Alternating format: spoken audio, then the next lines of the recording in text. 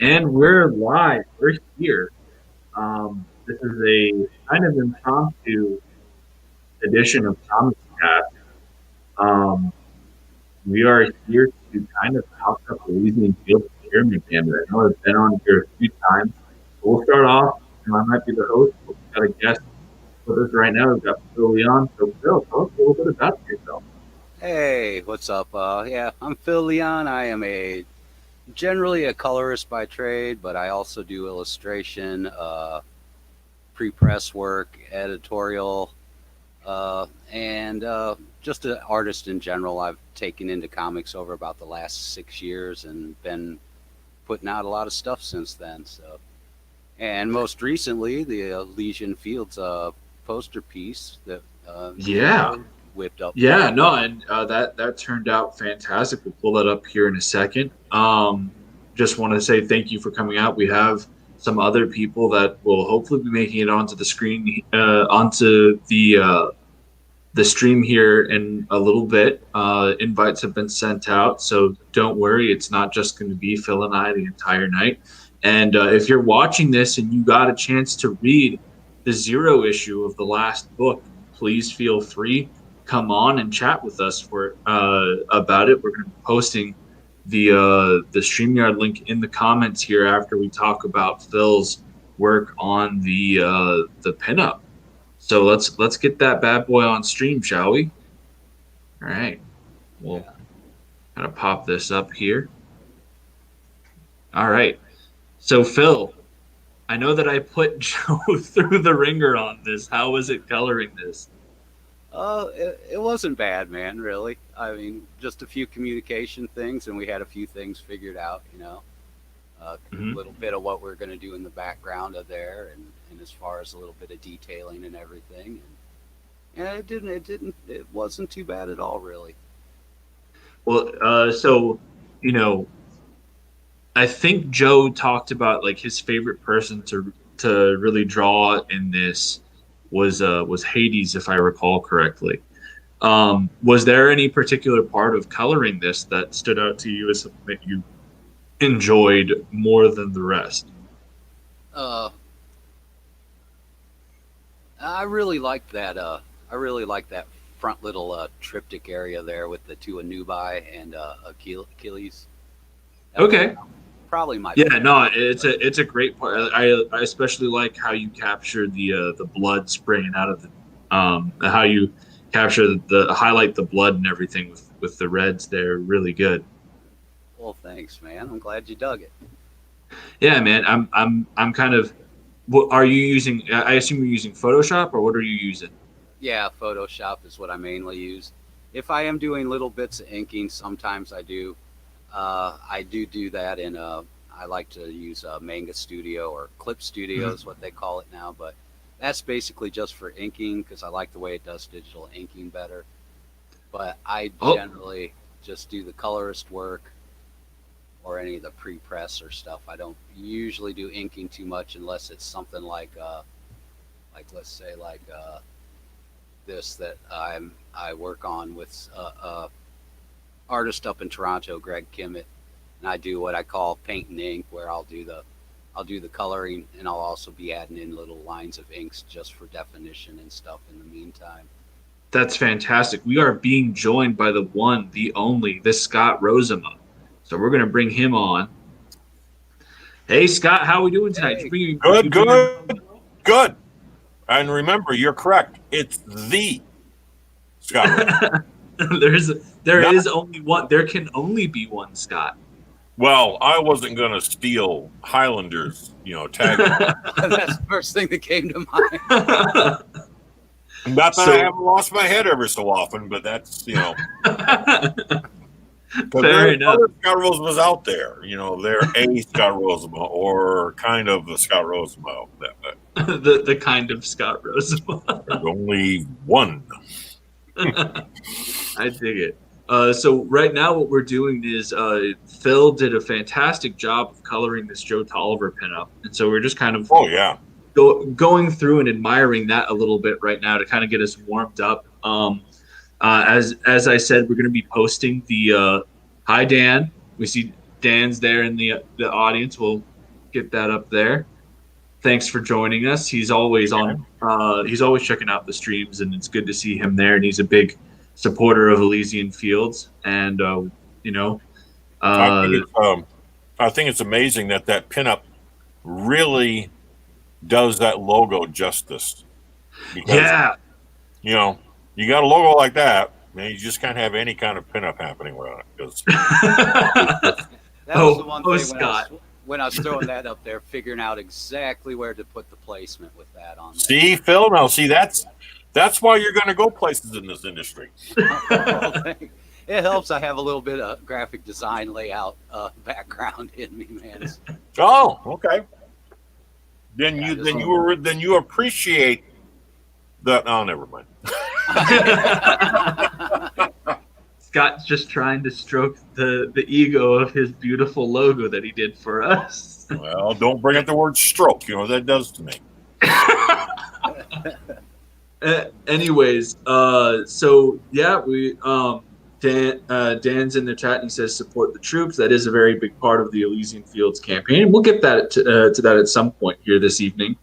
But so we're looking at this this beautiful pinup, and so what I'm going to do right now is for anyone that's watching, if you backed the Zero issue, what we're going to be doing is we're opening the floor to you guys to come in and talk about what you thought about the book. And we have stuff to reveal to you guys tonight, some stuff that we want to talk about.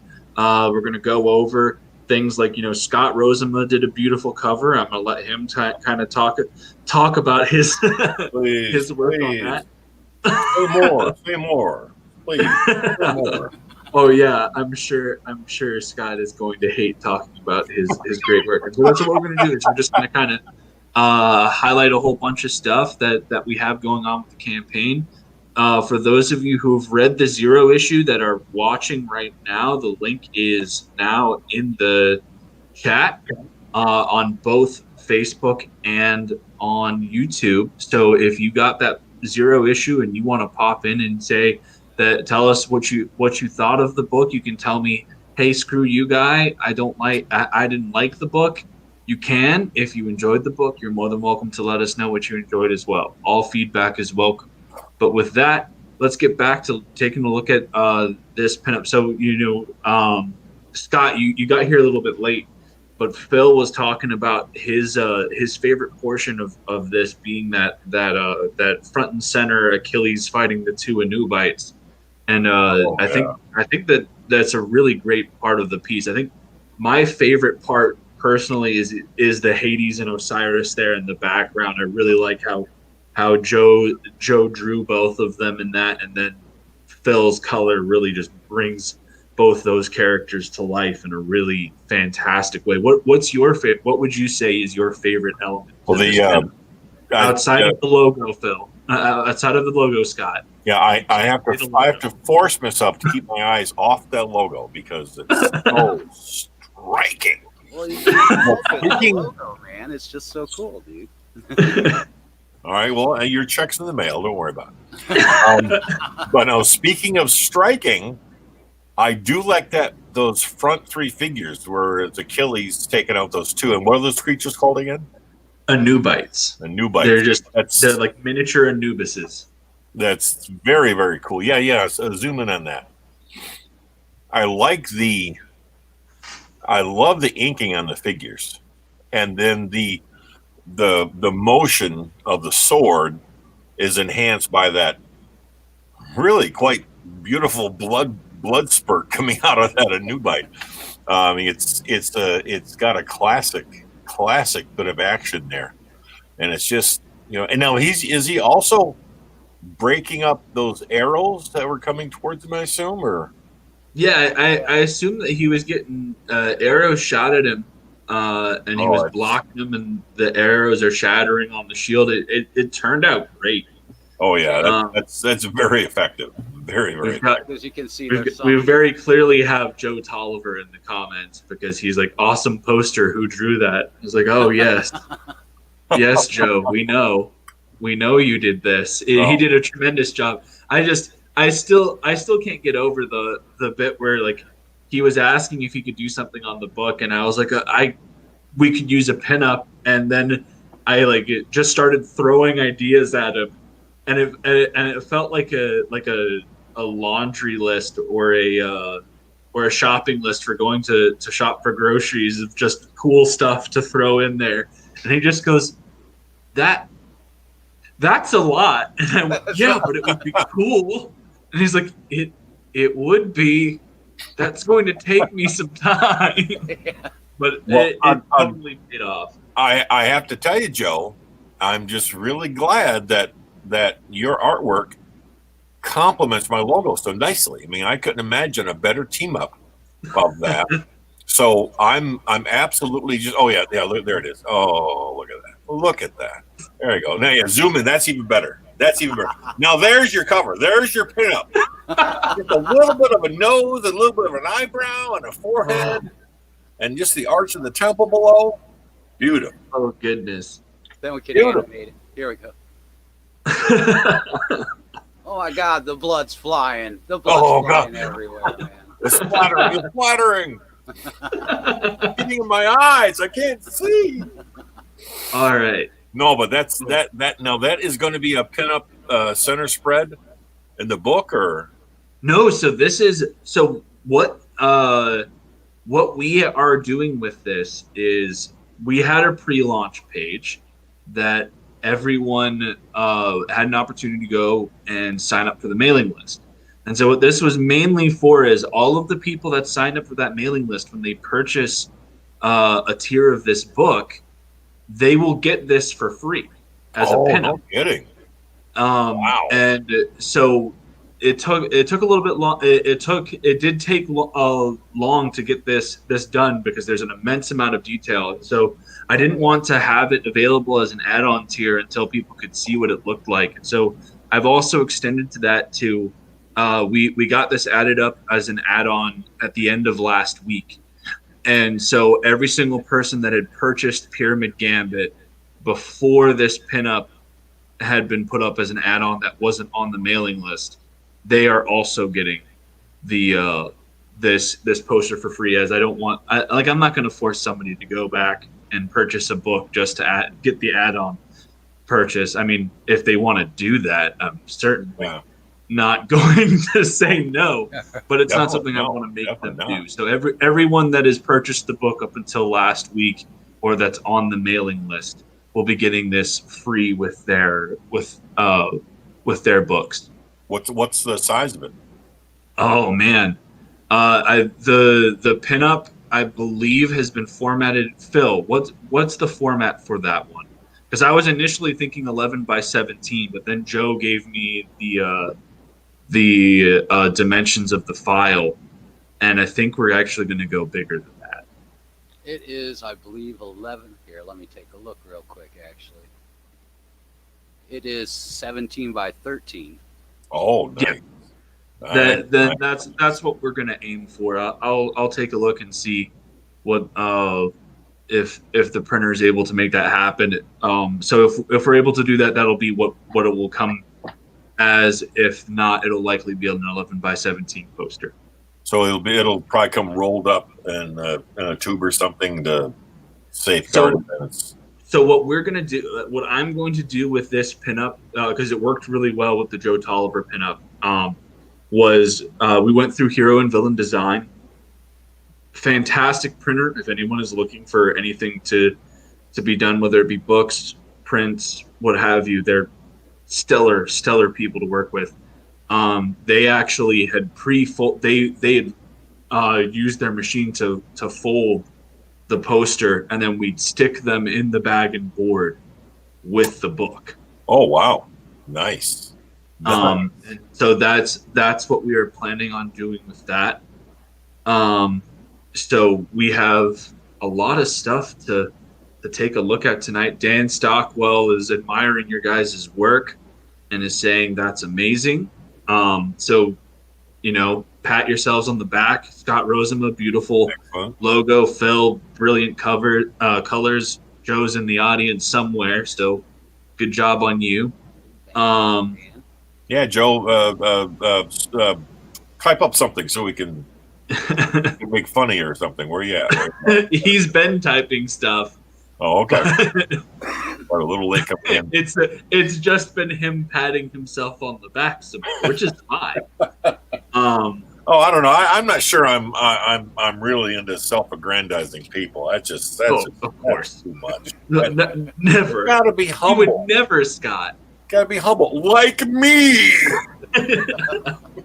Oh, oh, buddy. This has been so much fun. I mean, the thing is, what I like what you're doing, Mike, is that you've been having some great reveals, and this is a very cool one.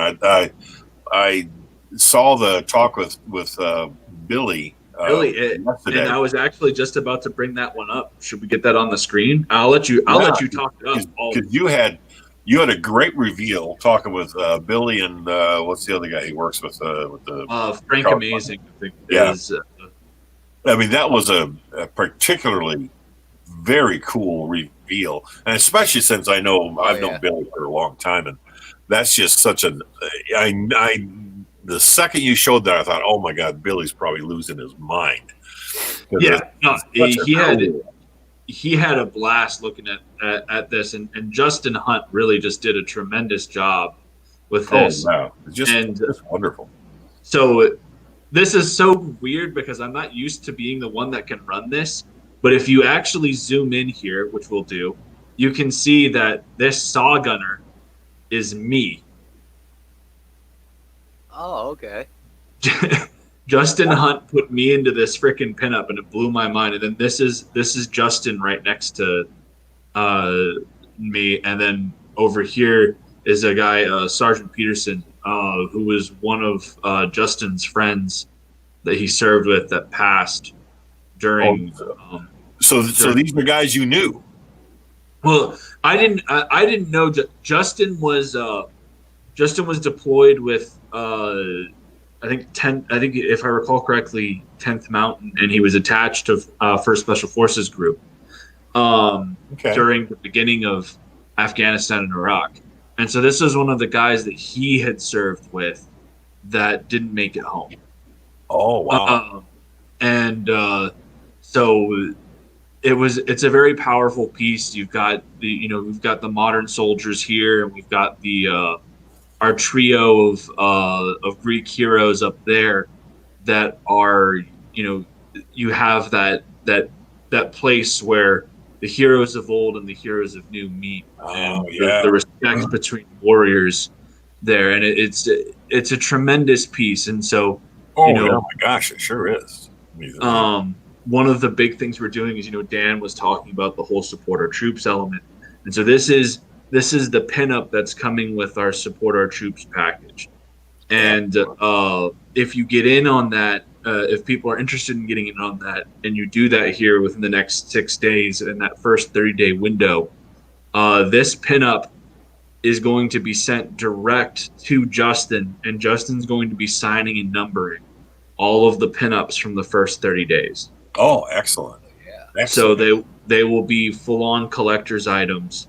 You'll still be able to get this pinup along with the support our troops tier and everything. After that, it just won't be signed and numbered, and we're going to take special care of those. So, like as I said, the way that I found the best way to do it, so that way I'm not killing anybody on shipping costs or what have you, is to have them folded up and then put in to the bag and board. But with those Justin Hunt ones that are going to be signed and numbered, I'm sending those to him unfolded and everything. He'll sign and number them, and then I'll get it. I'm going to invest a little bit getting those packing tubes, and we'll send them to you that way. Excellent. Pardon me. Bless you. Thank you. So, do you have any idea how many of these posters are going to be lined up to be part of the tiers? So the way that we're looking at doing this is everything's going to be on demand. So I'm like, especially right now, we did a fantastic job here. We got our funding we got our funding goal up really quickly. We hit the 2,000. We're at 3K right now. We're at 3,260, and that is awesome. We're starting to build some of that momentum back going into this final week of the first 30 days.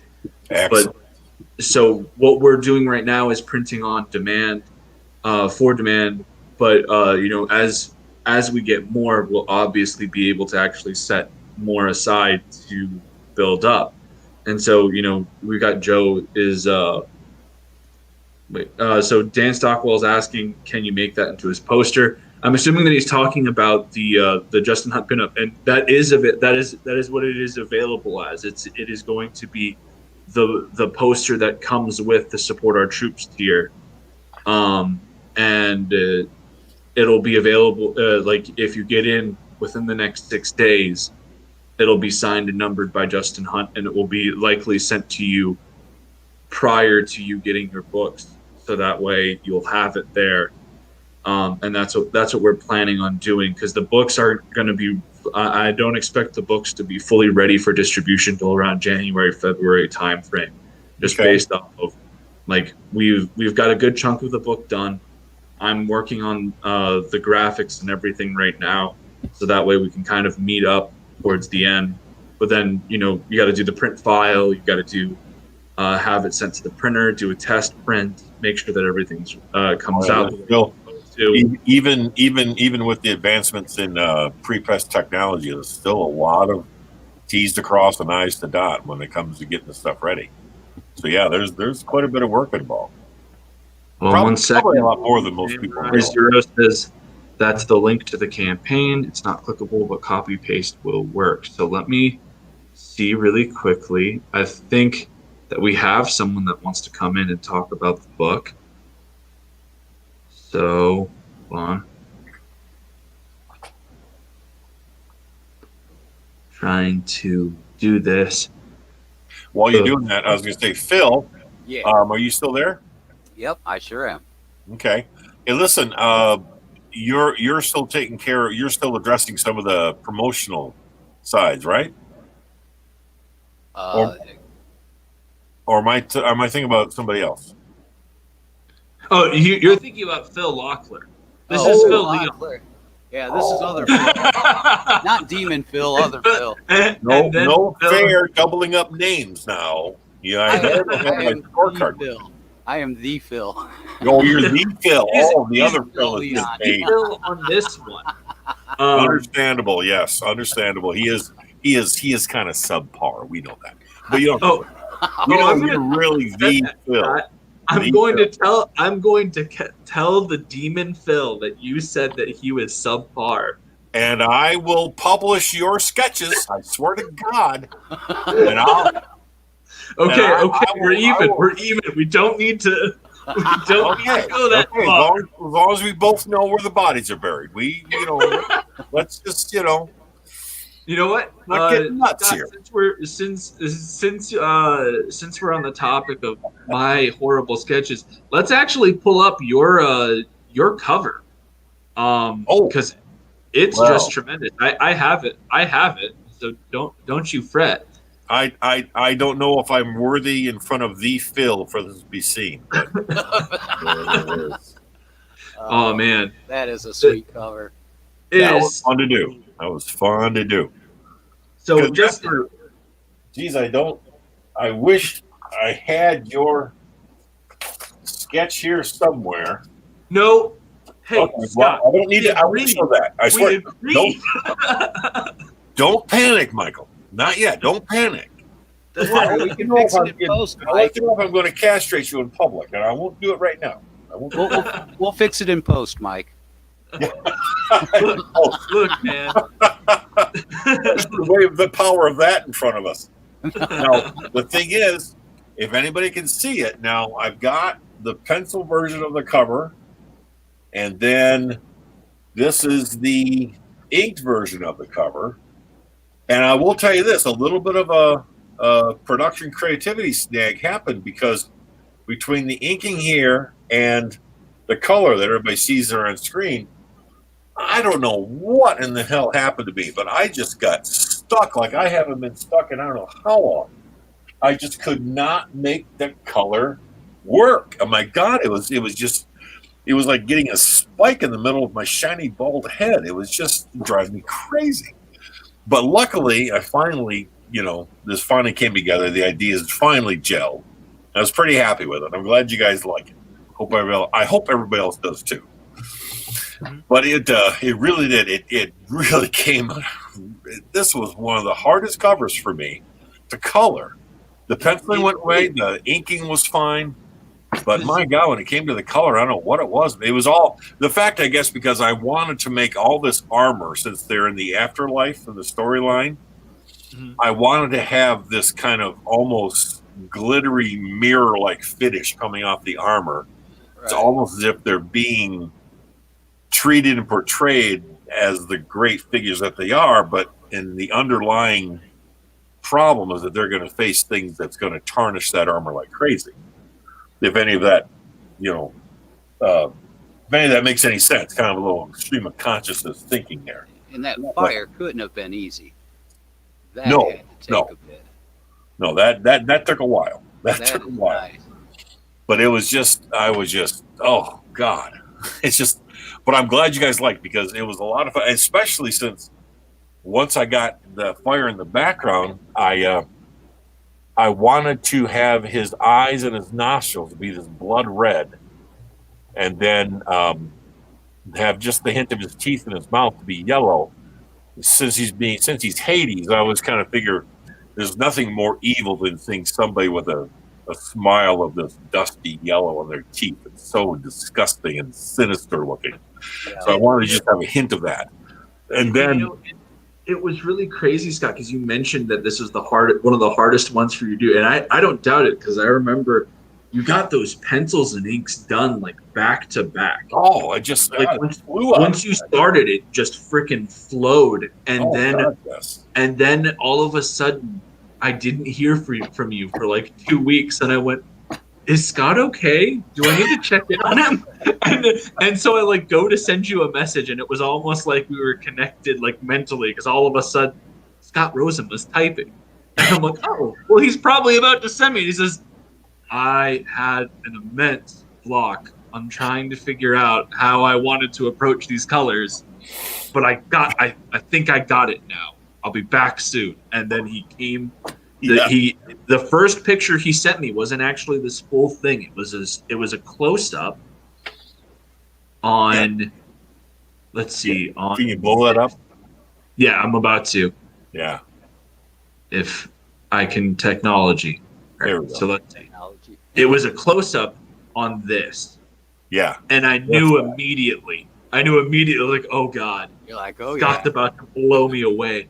and he's just like, more coming soon. And I went, can't do this to a person. That purple blue. So mean. That purple blue background really makes it pop off of there nice too. Oh yeah. Thank you. Does. And so much of the time, whenever I do coloring, I try to embed a little bit of meaning into the color itself, and I finally settled on the violet to the purple in the silhouette of Hades' head, not just because purple and yellow are good complements, but I wanted to give that feeling of misplaced royalty that I'm sure Hades thinks of himself as. Yeah. I just didn't want to make it a black shadow silhouette, but it just so happened that when I realized, that's going to work as a pure color combination, but it's also going to work in terms of portraying Hades' personality through the color itself. So that I was just really lucky that all turned out the way it did. I think that's something a lot of people don't realize when it comes to colors, about where we use symbology. We learn stuff like that in color theory, Oh, yeah. And it can be different in other countries, too. Some of the colors can be, too. But we try and represent, red, passion or anger, blue for mellow and calm. And, there's different techniques to what colors we're using when we throw colors down. Oh, definitely. During the time when I was illustrating Tiny Toons for Warner Brothers for their international publishing, and they were having, we were making these comic books here in America, and me and a handful of other guys, and then Warner's would sell these comics as a package to overseas publishers for this great whole system of children's publications, like in Brazil and Italy and Germany and all the different places. And the thing is, they would send obviously color keys of all the characters so that they were done right, and everything would be done here in the States all in English and all done pre-press. Everything's colored and everything. But when they'd send the packages, when they'd send back the copies of these comics that were published in those overseas publishers, some of the colors had been changed. And as the editor would connect and talk to the publishers over there and ask them why were the changes made, some of these cultures said, well, we can't use this color on this particular thing or item or scene because our culture says that that color is an insult to somebody else's culture. So what we thought was a harmless lime green, let's say, it ended up being something that would have been a great insult to some people seeing this particular item being lime green. So they changed it like an orange or something. So sometimes it made for very weird color combos that we weren't expecting. I think if in comics, of course, it's the perfect place. It's not only the perfect place, it's the necessity of knowing color and its usage and its symbolism, not only just to get something correct, but to also use it as to as great of an advantage as you can. Right. So you're right, Phil. That's a very good. You're trying to emote through the colors. So whatever colors will emote the proper feeling is what we try to go with, along with making sure that they're complementary colors or contrasting colors and all that other fun stuff, and lighting, where it's coming from and where the shadows are, and if there's secondary lighting and all that fun stuff. Yes, definitely. What time of day it is, and what probably the one person that is probably, I would say, almost genius level coloring wise is Lynn Varley, who did a ton of colors on Frank Miller's work. Oh yeah. Her coloring on, you guys ever remember seeing way back in the day Frank Miller's Ronin, the Samurai in the Future? Oh God, the colors in that were just stunning, absolutely stunning. And and Lynn's as good as it gets in terms of command of color, definitely. I'll definitely give it to that. I think one of my favorite influences, off and on, depending on the piece I'm doing, is I like Simon Bisley's painterly work. Oh. I really like his paint, especially like his old heavy metal illustrated stuff. Oh yeah, Bisley is just he's on another level. I mean, if only because when he starts painting, his choice of colors are as ballsy as I've ever seen. Yeah, his the graphic novel he did, Slain, was just a tour de force of painting techniques and color usage and oh God, it's just amazing. What's Bill saying? Frank back in the day? Damn. Oh, Frank Miller. Is he talking about Frank Miller?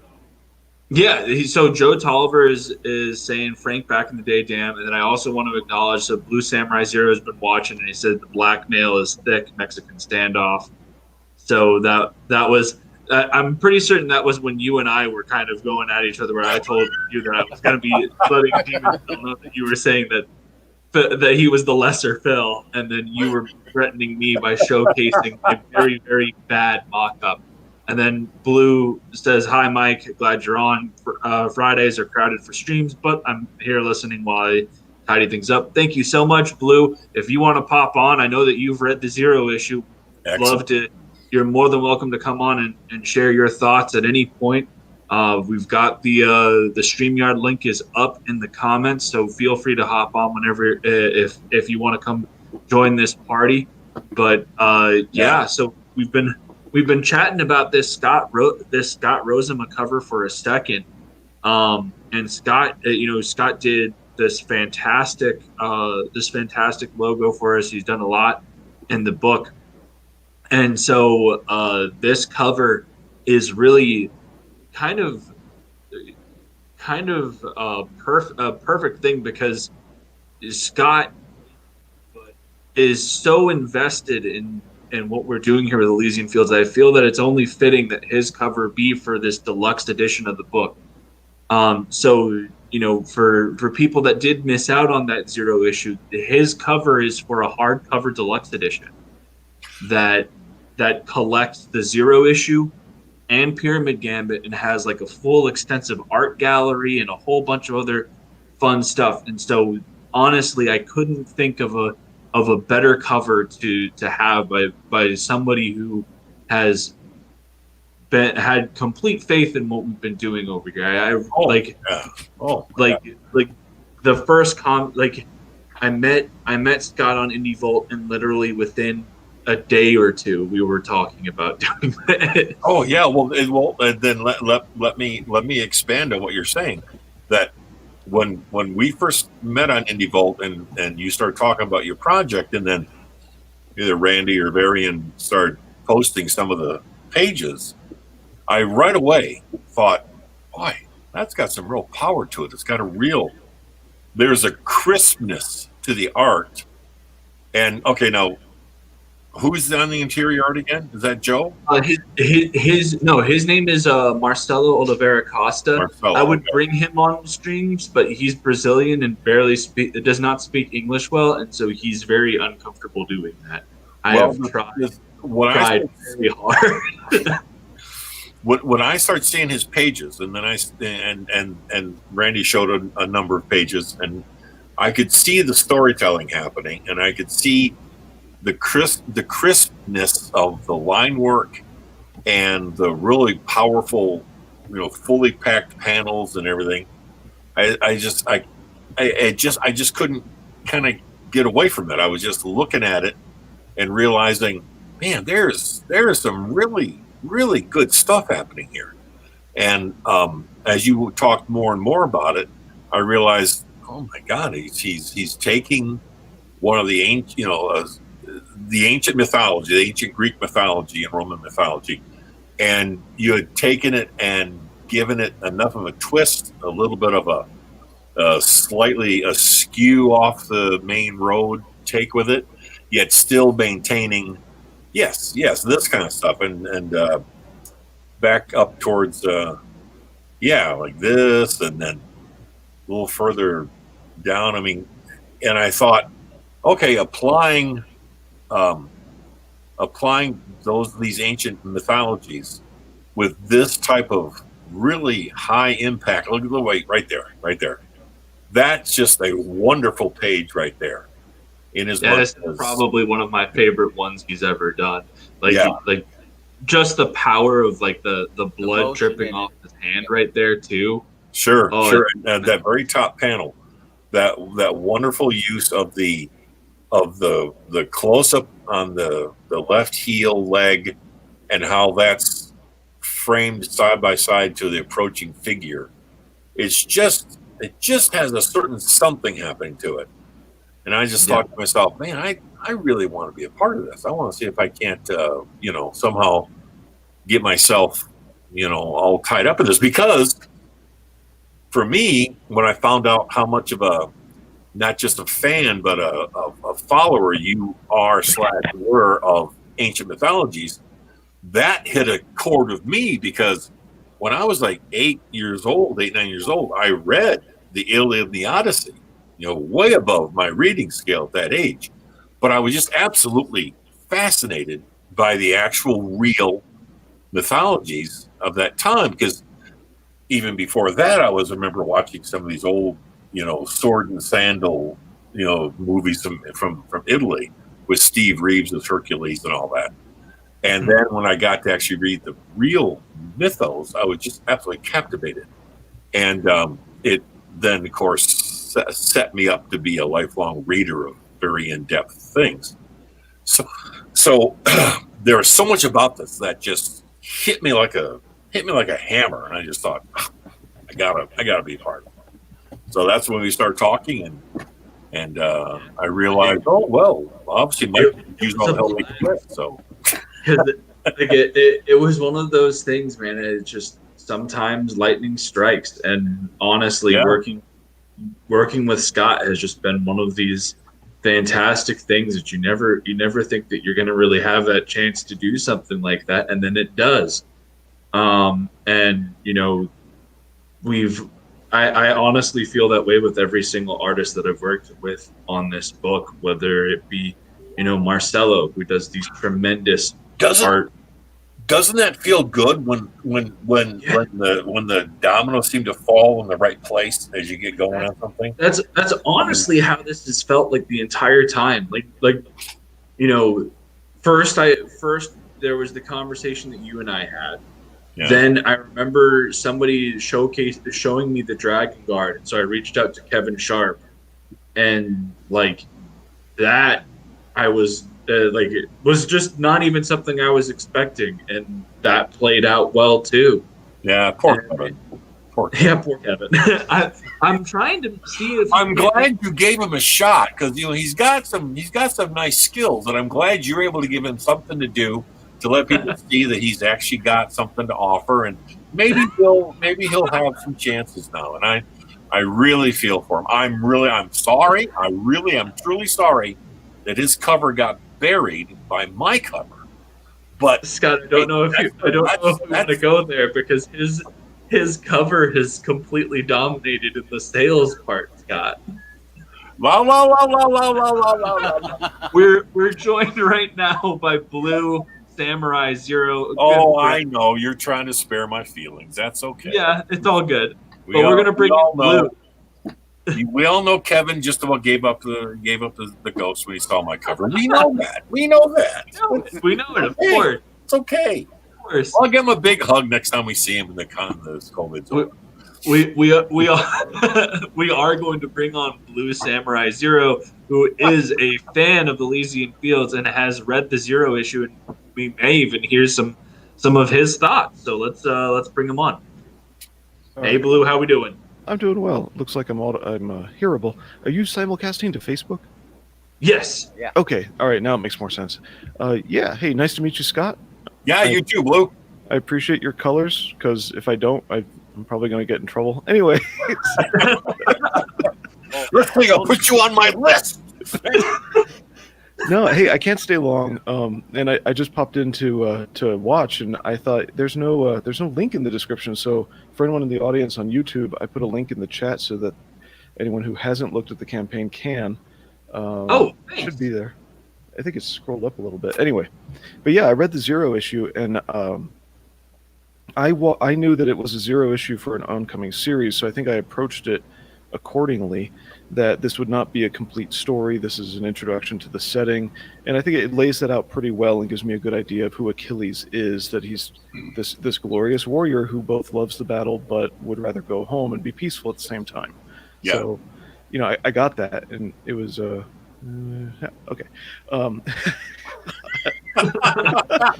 The Joe Tolliver is saying, if only I love Kevin that, Joe. had particular fortitude to get on the show and defend himself.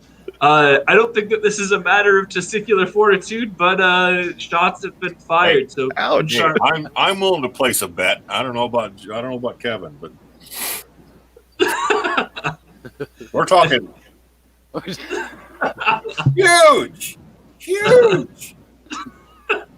And I know Kevin walks bow-legged, so he can't be too far behind. You guys talking about Kevin Sharp, right? yeah. Yes. Oh yeah. Oh yeah. Okay. All right. I had to miss a moment with the changing to headphones and all that. But anyway, so yeah, it was a good introduction. I knew that it was only an introduction, and I hope that other people who looked at it understood, because you know, Zero issues have come out in the past, and it's always a backstory bit, but it's a complete story. This was a Zero issue leading to a number one, not a throwback numbering like the X-Men used to do.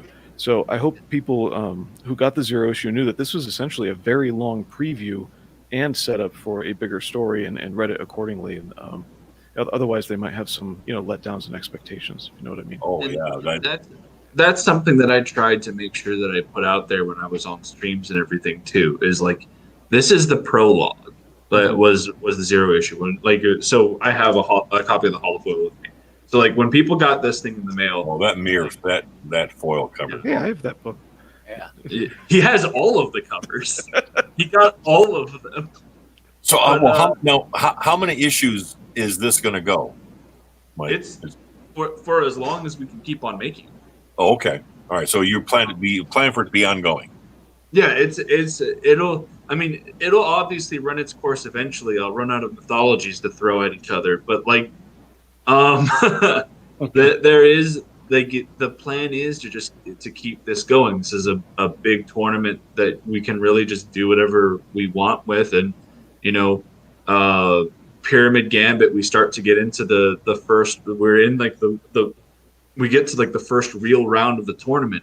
But it doesn't finish in Pyramid Gambit either, because like we've got to make sure that we don't just rush through storylines. It's so important that your characters get to be built up.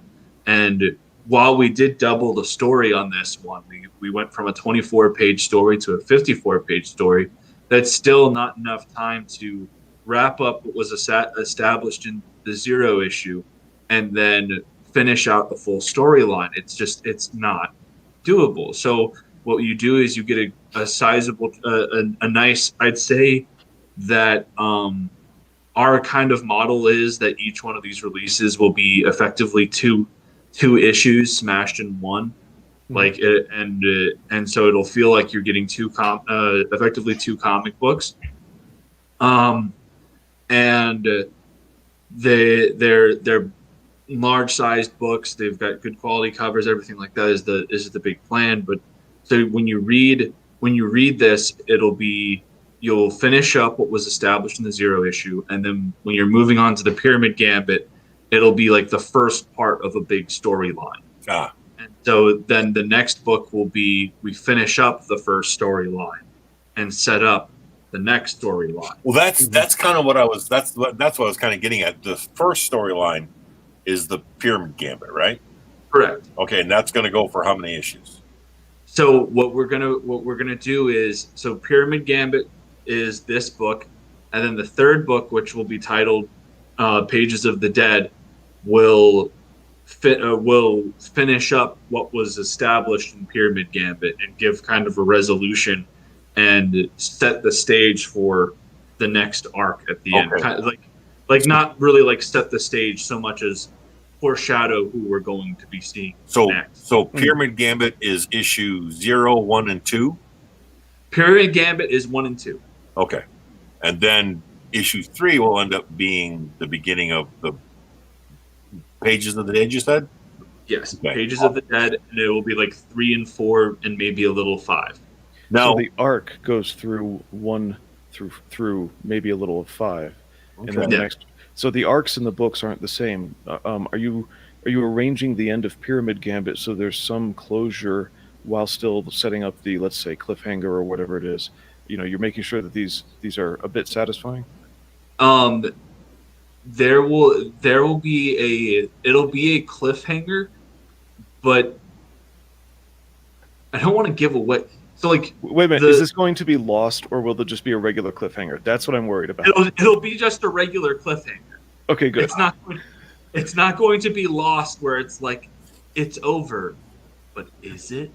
No, it's going to be a whole thing where you get to a point, like there is something that is very big that happens at the end of of Pyramid Gambit that you do not see the resolution to until the next time.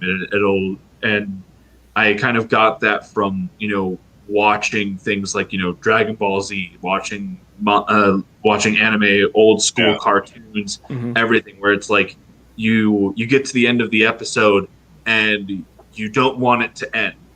Yeah, there is some resolution, but whereas Lost was just like, you finished an episode, you thought that they answered a mystery, and then you're like, well, wait, no, they didn't actually answer it. They just changed the question.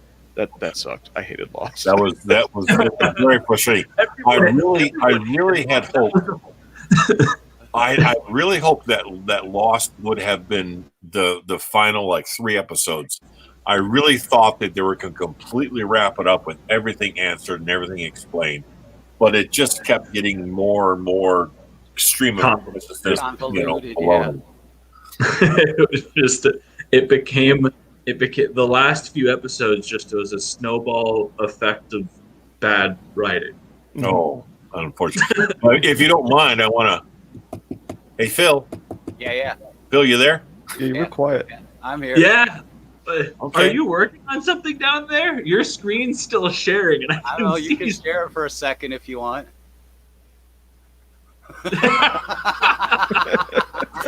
Hey, we need to put this in on the pinup, guys. This cannot be gone. This is Joe. This is the fun. This was the thing that the pinup was. No, put it back up. Joe has to see it. People now know this is the thing that was there. Now it's perfect. My career is complete. From B. Scott. I want that on my copy. We should put out a special edition of just Special that. edition. That would be awesome. That awesome Logo, I'm telling you, Logo edition. it deserves 5 arrows. Look at them. It says I see it. It's improved. Oh goodness gracious! We should get somebody to. You should have all their characters kind of looking up at the logo. Can we get it? Can you figure? You need to, Phil. We have to figure out a way for it to be like invisible, except glow in the dark, and so that way people can like flash a black light over, and it will just And then appear. it'll show up. Yeah, there you go. Oh my! You know, God. when the time comes, because comics titles need to earn their how do I It is say it? improved, Joe. It really is. Yeah, comic titles kind of need to earn some of their tchotchkes, if you know what I mean. But T-shirts and posters are a good entry level. You know, when you start getting into standees and weirdness like that, okay, never mind. But that logo really, with the outline on the Hades symbol, that's just a nice, chest level T-shirt right there. Yeah, And that's one of the things that I hope to be doing in the future is doing T-shirts and everything. You know, we announced this will be like a huge stretch. I would love to get there, but we did announce a statue for if we hit 15,000. I think we're accumulating enough perks down the road that we can play into at the right time. Yeah, no, 100%. I must admit that's a good one. Oh man, he's making it even better. He's making it glow. Oh, Glow. it is Yeah. glowing. Transparent blacklight ink. That's what it should be. Look at the layout of the entire. Oh man, Joe. Look at the layout of the entire poster. It's just to frame the damn logo.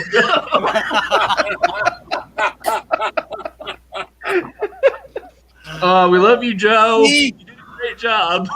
What'd I tell you? It's just awesome. Oh, goodness. See, that's why everybody has to. That's why everybody has to get on board, because we're. Oh, now it's blue with or white with blue outline. Oh, even better. So we're we tend to twist the nipples a little bit around here. There's nothing wrong with that. Just a smidge. No big deal. So we were talking about reasonable stretch goals and everything, and so we are kind of close to one in particular, where we have trading cards that will get added on at 5K. And we were gonna have Luke Stone on here tonight, but he said that he was really not feeling well. And we hope that he gets better. So what we are going to do though is he did send me the progress on his trading cards. They look fantastic, and so we're going to showcase those here. So there'll be a set of 3. Let me. So this is the first one. Cool. Nice. So this is Luke doing Achilles there, and it's a pretty fun piece. And the finals will be colored, but this is what he had so far, and it looks fantastic. Yeah, that's good. And then that's Luke Stone, right? Yeah, that's Luke Stone. Yeah, the guy with the hybrids book, he just started a new company called Terraform. Yeah. Awesome. Now, Blue. Yes, so sir. far, you've read how? Oh, another one. You've read how many issues, Blue? Just number 0. Just number 0. Okay. And what did you think of it? What was your reaction to it? Well, first it made me realize I don't know enough Greek mythology. Oh, I'm sorry. I'm sitting back. I don't know if I'm loud enough. My little circle isn't bouncing. I don't know enough Greek mythology. I don't know that I need to go learn other stories. So, but I don't exactly want to say this is going to be one of those PBS type educational sneak in stories. I doubt that. This is a fighting book. So, I saw at least one decapitation in my pages, so I don't think. Yeah, not quite PBS level. No, I don't think they do that. We're a little bit a little bit above that audience, but I do actually want to add in on the whole educating on the mythology aspect of it, and that's why we are including a character glossary on the future books. And so we've got here on this second card, we've got Theseus here doing his awesome thing in his awesome armor. Mm-hmm. Now I appreciate. I'm kind of split on that sort of thing. I appreciate a character glossary, and at the same and the backs of trading cards. But at the same time, when it comes to just the writing, I'm pretty big on show don't tell. And I did get a sense of what I said earlier, just from the writing in the 0 issue of the passion for glory in terms of war. If I hate calling that glory, but that's what they call it. And then the desire to stop and go home. And it's like, am I reading the movie Gladiator into this too much, or did they take it the other way? Oh no, that kind of thing peppered all throughout Greek mythology. Yeah, and it's certainly a big theme in Elysian Fields. This version of a buddy of mine was asking me about like my plan for Achilles in this book, because I had recently had him watch this video about the relevancy of Superman. Mm-hmm. And so he was asking if Achilles was going to be going through the archetypical hero's journey, and I was like, to a degree, yes, but I would, if I were to compare Achilles' story in Elysian Fields to that of any hero's journey, it would be like the hero of a Greek tragedy, and that's kind of how you want to treat him, because that's the authenticity of it, where he is this character that, as Blue had mentioned, you read the 0 issue, and you have this character that has been engrossed in the supposed glory of war his entire life, and then he comes down to the underworld, and his heaven is peace. Mm-hmm. He's with the person that he loves. He's celebrating this memory that he held dearly. I guess that even in a way, I would say he didn't even realize how much it meant to him. Mm-hmm. And then he's taken from that memory to go fight in this arena. Now, when he gets to the arena, he wants nothing to do with those things. So this goes into what his struggle will be throughout the book, is the more that he goes into that arena, the more he becomes closer to that old life, the more that he comes closer to that glory that drove him in life, because he's fighting these people with skill well beyond what he was used to. But then at the end of it, the supposed goal is to be with that person again, to be with Patroclus, to get another chance at life. Sure. And Well, I think setting the story in the afterlife, you've kind of thrown the hero's journey turned it on its head a little bit, because he's already had his hero's journey, and he's supposedly in the realm where he, for all intents and purposes, he should be just enjoying his reward of the afterlife. But Hades throws this incredible wrench in the works, and he's got him now fighting to maintain his reward or to get back to it. Yeah. And so it's almost the exact opposite of the hero's journey. So it's going to be interesting to see what kind of tribulations you're going to put Achilles through, as well as Theseus and Hercules. And that's the big element of it. Like at the end of the day, Achilles' struggle is the person he wants to be versus the person he's always been. And that's one of the things that I really enjoy about writing him in this book is, beyond the arrogance that the character displays, because he's a brash kid, like he's a brash mid-20-year-old that has been told he was the best his entire life. And so that's going to cause some friction with everyone around him. So beyond him being that level of asshole that everyone just kind of wants to punch in the face, he is still this human, and he wants to get back to peace, because he never fully understood what that was.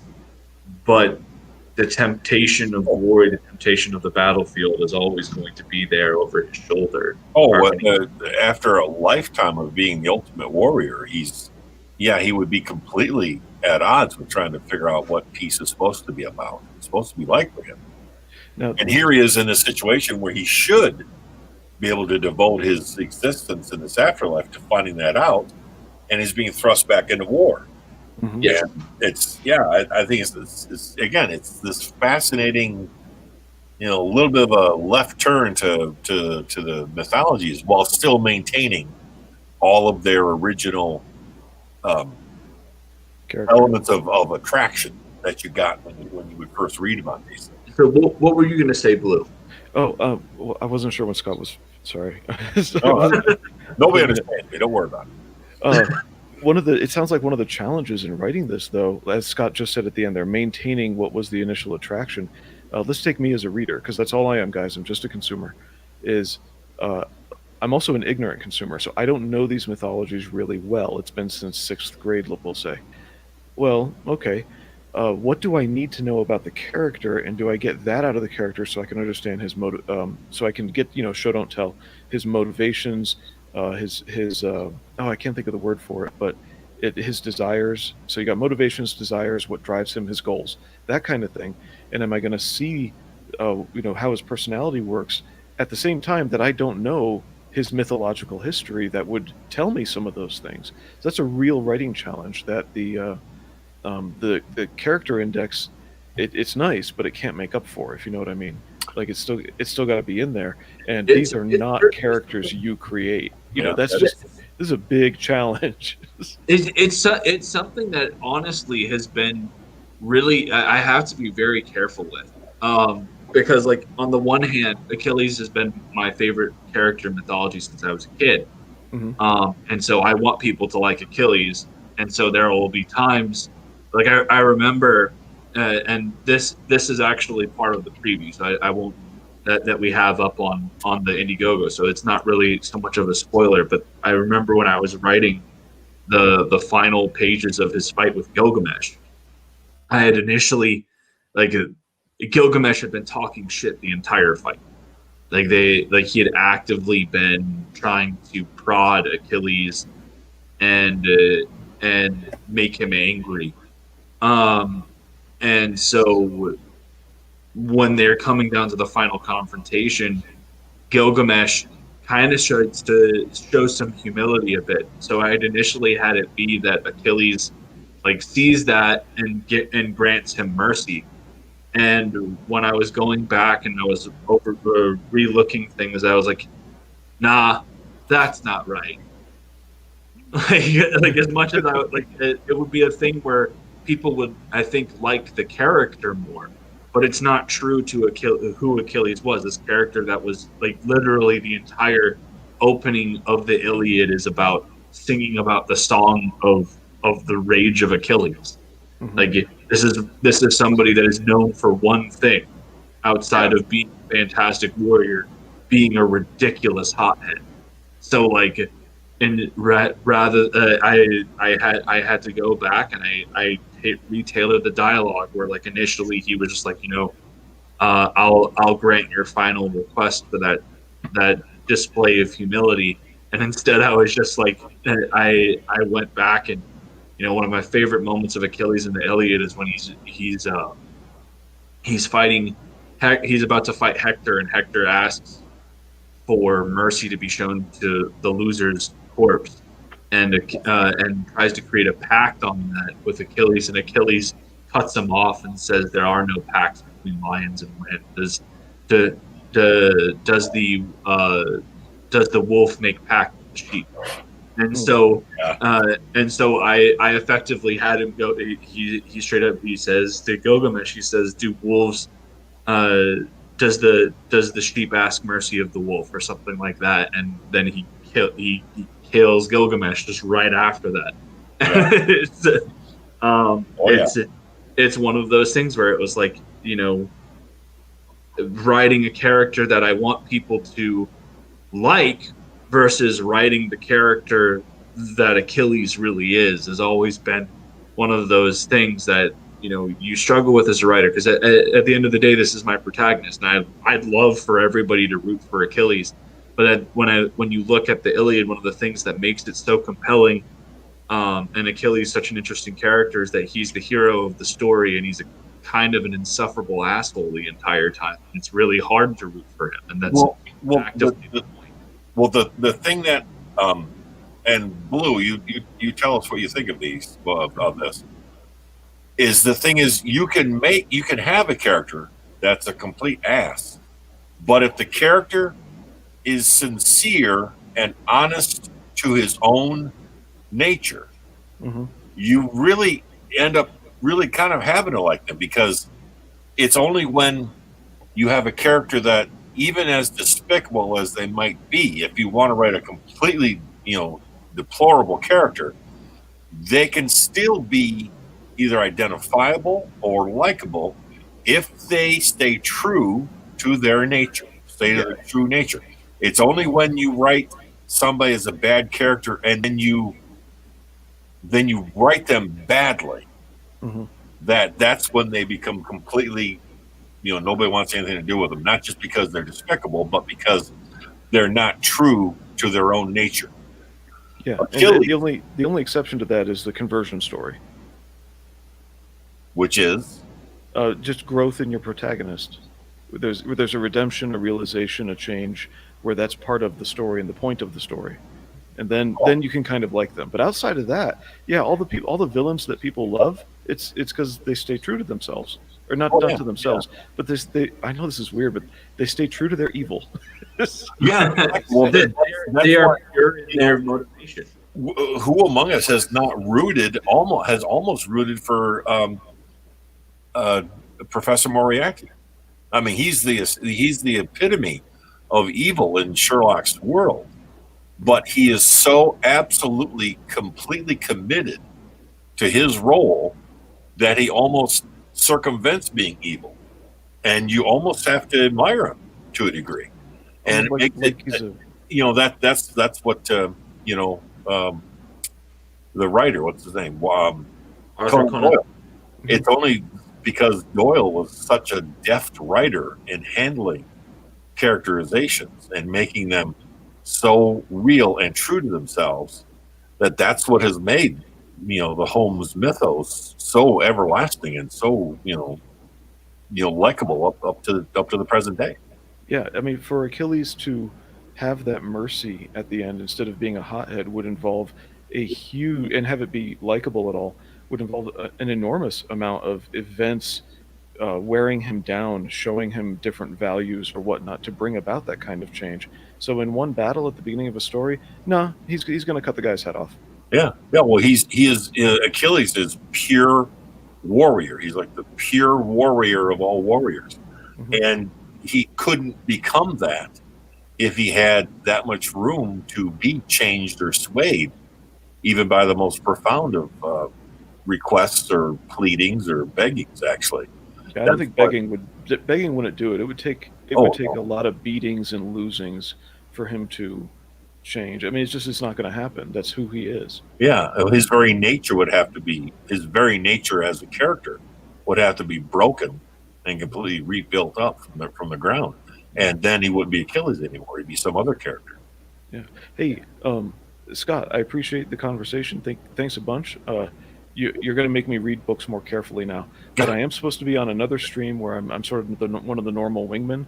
And our guest tonight is one of somebody I've been looking forward to. So if you guys will excuse me, I gotta get rolling. Tell other Michael I said hi. I will.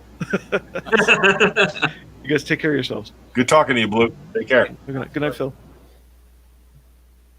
And Blue's Phil, had no. did you hear that? Phil, What? did you hear that? He said goodbye. I said bye.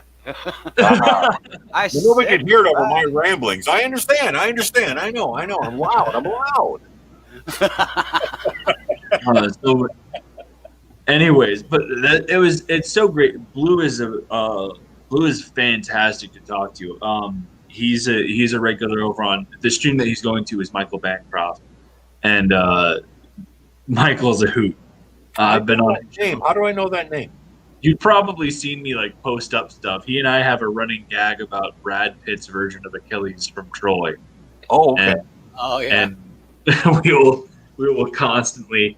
It's a very long story. It's dumb, but it's one of my favorite connections that I've had since coming into comics. Is just this running gag between us where we'll constantly be posting up GIFs and memes of Brad Pitt's Achilles to promote each other's works and everything, and it's a good time.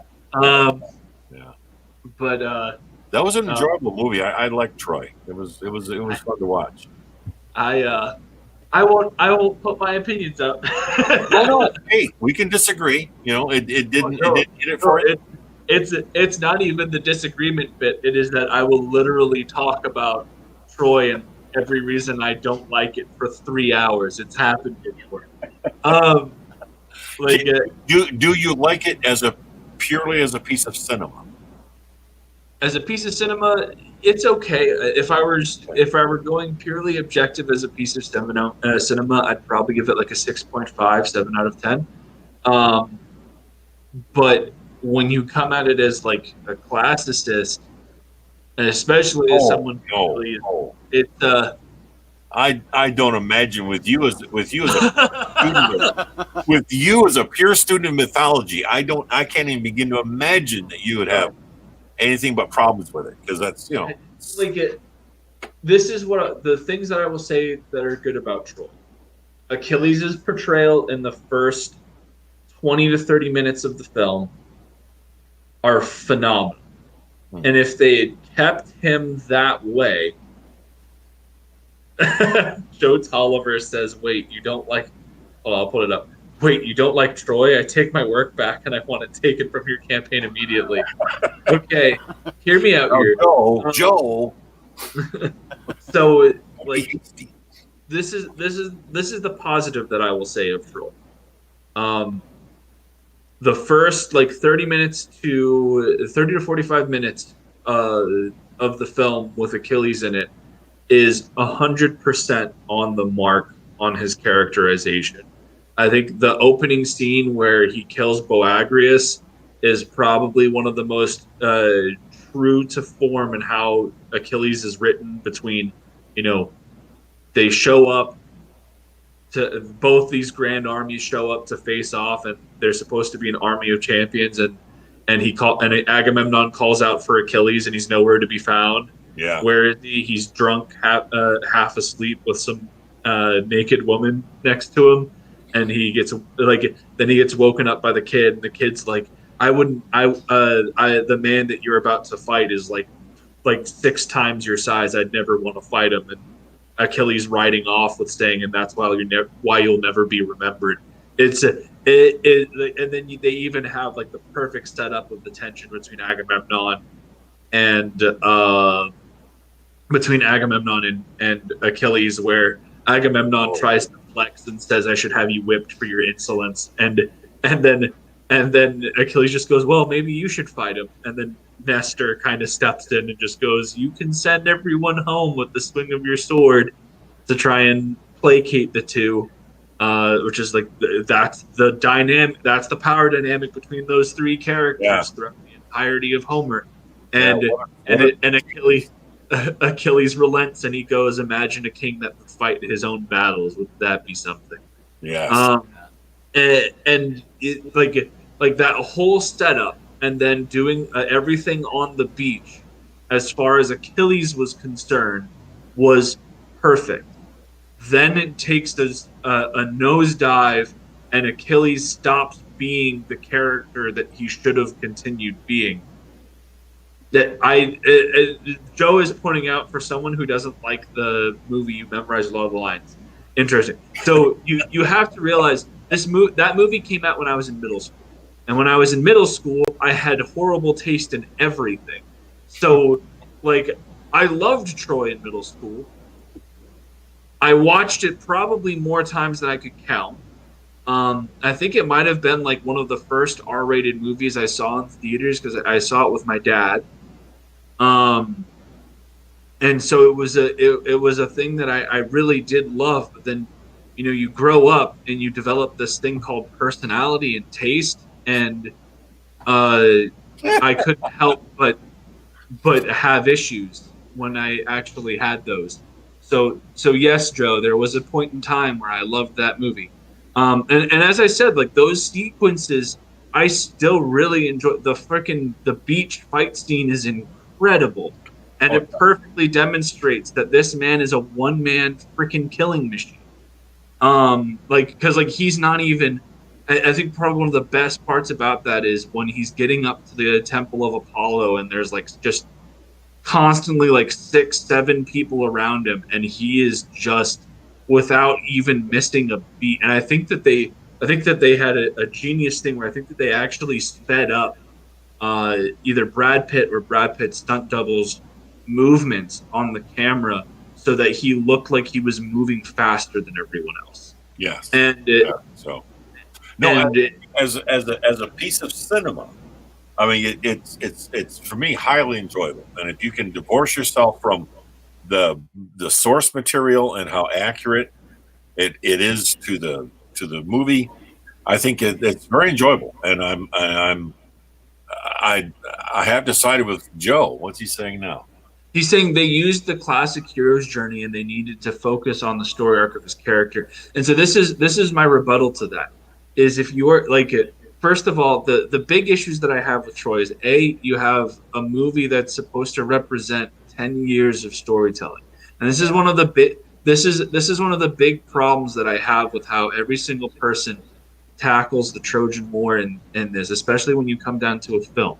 If you're going to make a film about the Trojan War and you want to do the story of the Iliad, just do the story of the Iliad. The Iliad takes place in the 9th year of a 10-year-long siege. Troy makes it feel like that war was over within a week. Right. And there's nothing you can do about that within the time frame unless you want to make 2 hours. Unless you want to make 3-part. Yeah, and that would be another thing. That would be another way to do it, or do like a mini series like what they did on. I was going to say that storyline deserves at least like a 6-part miniseries easily. Exactly, yeah. But like the issue that I had with Achilles in particular is Achilles does have a fantastic story, hero's journey, even in the Iliad. The whole epic poem about the Iliad is how Achilles learns mercy, because the entire poem is a commentary on the destructiveness of his rage. How does the Iliad end? The Iliad ends with Priam going to Achilles to beg for his son's body, and Achilles being utterly moved and being completely washed away of his anger with guilt and sympathy. Yes. And so he not only gives Priam his son's body back, he hosts a dinner for Priam as his host. He gives his son his body back, and then establishes an official truce between both Troy and and the Achaeans Grecians. for 10 days, so that they can that both the city that Hector fought for could mourn their fallen son, and that Achilles could properly mourn Patroclus. And then they would go back to being enemies. And that was the whole point of the Iliad, was this effectively man-child was angry the entire book, and then he realized that anger was worthless and got nothing. Yeah. Now, you also, the thing is, though, with the movie Troy, one has to kind of just step to the side for a second and realize that is one of the last great performances of Peter O'Toole. That is also fair. Yeah. And like he did there was some there's great acting in it. Like Brian Cox did a phenomenal job as Agamemnon, even if he is way too out of shape to be playing that character. Eric Bana did a good job as Hector, even though I'm really sick of people trying to make that fight a lot more than what it was. Brad Pitt did, an amazing job as Achilles. His performance is very good. The problem that I have is that the writing of the character is not authentic, because if Achilles goes from being this super arrogant asshole that he is in the first few scenes, and then he is like the romancer, philosophy guy, and it's just like Achilles was very educated and what have you, but he wouldn't have given a shit about some for lack of a better term, some prized, effectively concubine that was just given to him by the Greek. Like, who cares? You don't like me? Okay, cool. You don't have to like me. Whatever. I'm getting what I need from you, and then I'm going back out to battle. Yeah. And that's who he was. And I understand that that's not something that would make him a character that the audience would identify with, but you can use that as a way to create the controversy that is Achilles. Yeah. He is supposed to be a controversial figure. Now, the one problem I had with it was seeing the portrayal of who he did Legolas. What's his name? Oh God, Orlando Bloom's version of Paris. And he portrayed what character? Paris. Yeah, I had a problem seeing Orlando Bloom play such a coward after portraying such a heroic character in Legolas. Yeah. Just a couple years earlier, and so it took me a bit to adjust to that. The big thing that I really don't like, and this is a thing. Another thing is, when you come at it from a classical standpoint, best case scenario, Helen was a horrible human being that not only committed adultery, but abandoned her children. And in fact, because Menelaus and her had a daughter, Hermione, and they had an infant son. And so when she eloped with Paris, she kidnapped Menelaus' son and brought him with her. Yeah. And that son grew up calling Paris dad.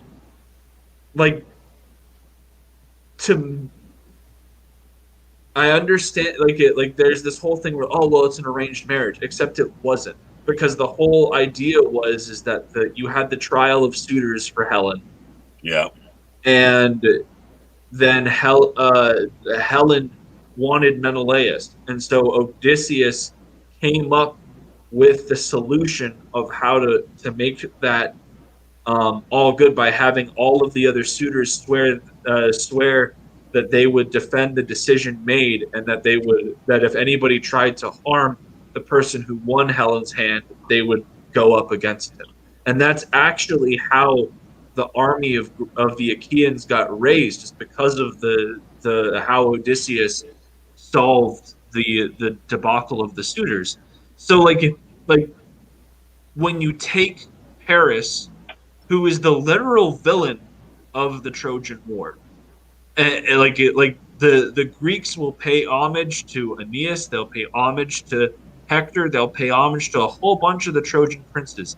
The only one of them that is 100% abhorred and vilified is Paris, because in the best case scenario, he was a dirtbag that stole a guy's wife under the auspices of hospitality.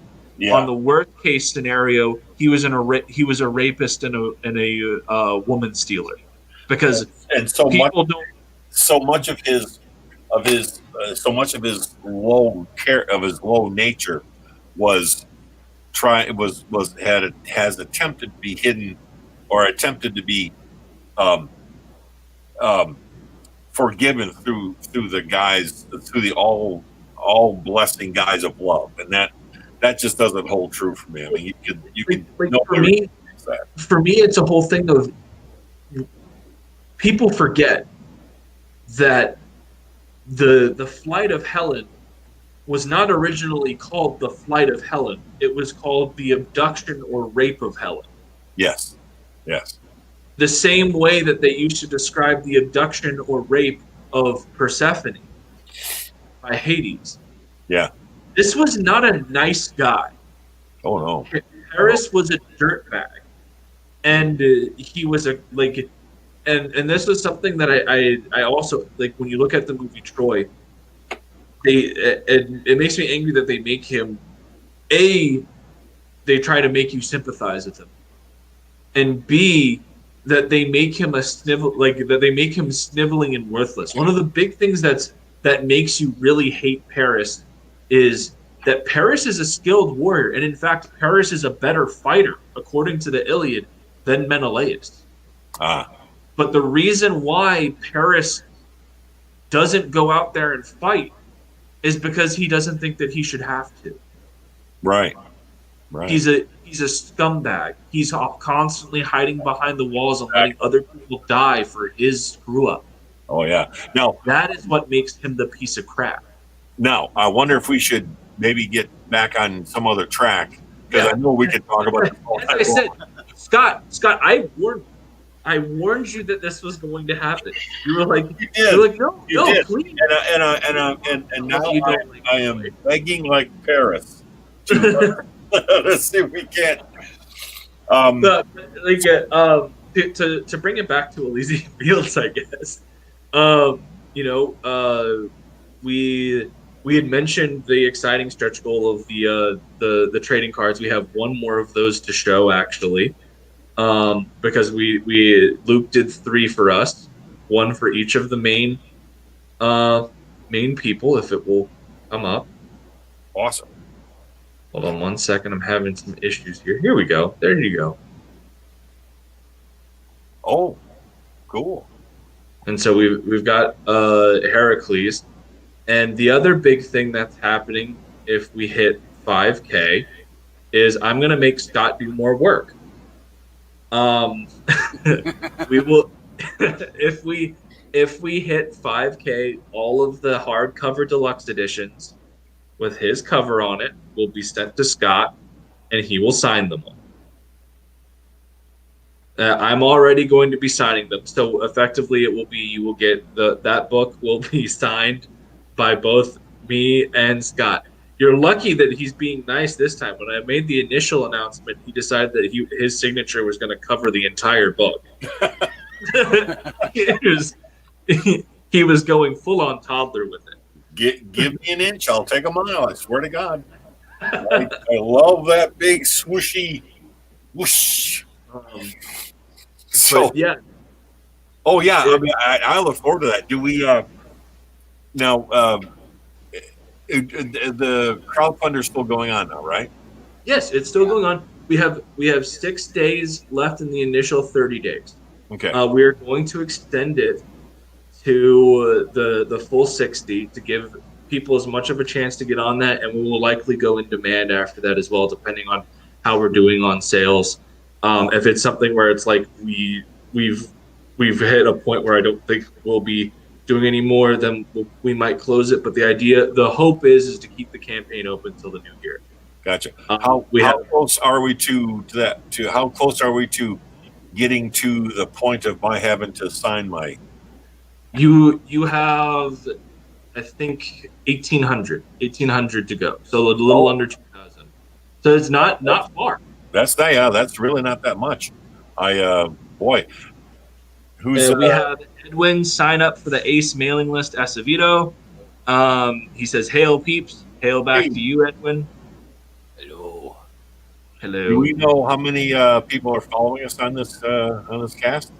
Not a lot. We've got a booming 6 from 4 from Comics Cast Facebook and 2 from Indie Comics.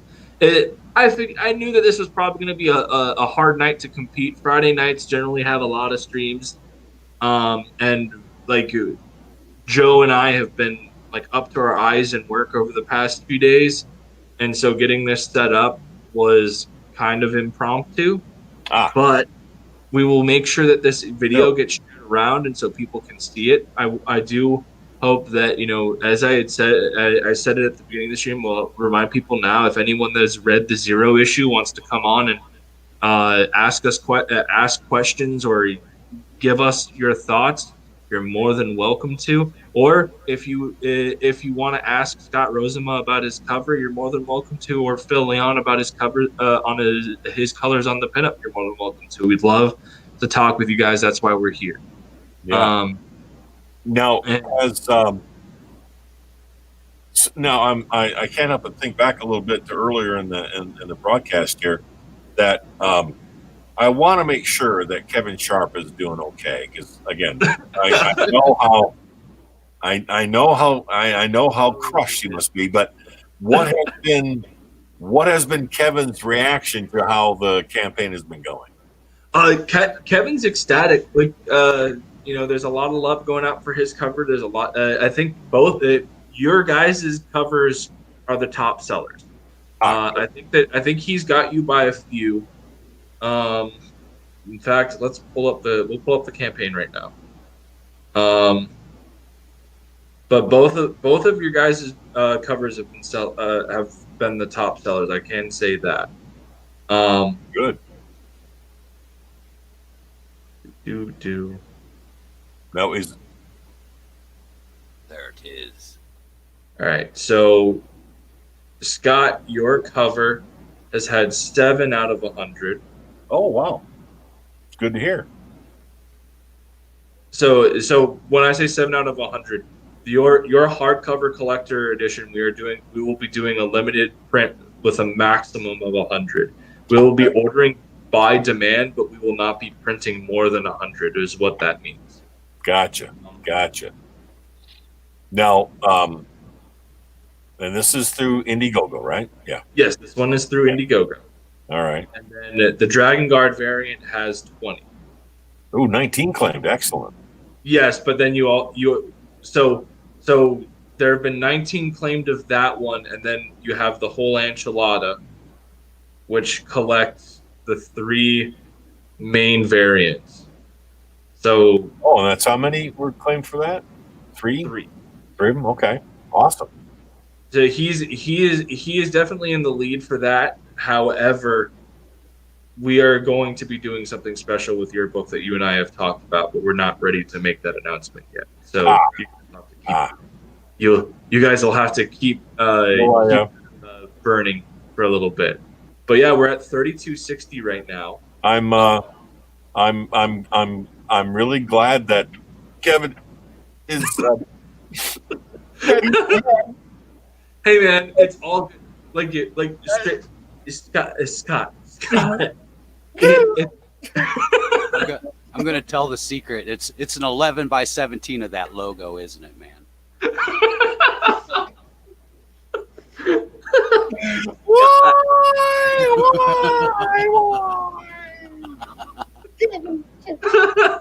After everything I've done for the band.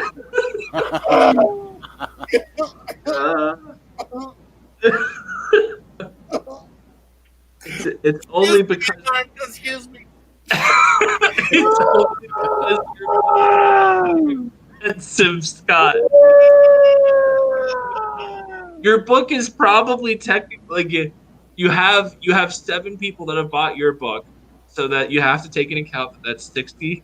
You have $65 for one of your books versus 20 for Kevin's. Oh, that's much better. Ooh, yeah. So you've probably earned pretty comparable. I think he still beats you by a little bit, but not that much as far as dollars are concerned.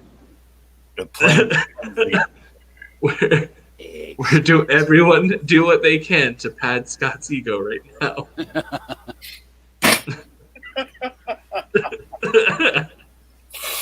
Oh God! See, gotta have. We're having fun. That's what we're doing. Fun, Scott. It's all fun. It's all fun.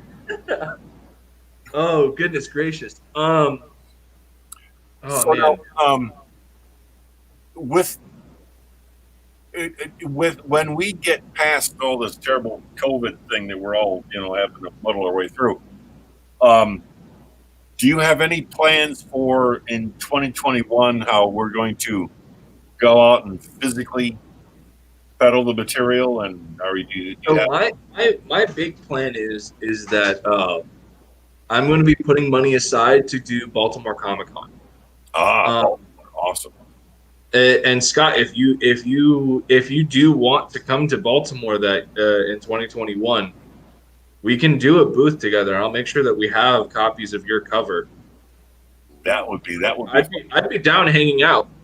Yeah, my God, I remember going to Baltimore back when they hosted one of the World Cons, and phenomenal city. Oh my God, the best time. And their con themselves, like the reason why I chose them was, I think that's one of the things that I'm missing on my end. We've done a lot of promotion online, and we've done a lot with the crowdfunding. But I think that if we are able to actually go out there and interact with consumers one-on-one, get hard products in the hands of people while we're there, that'll help a lot.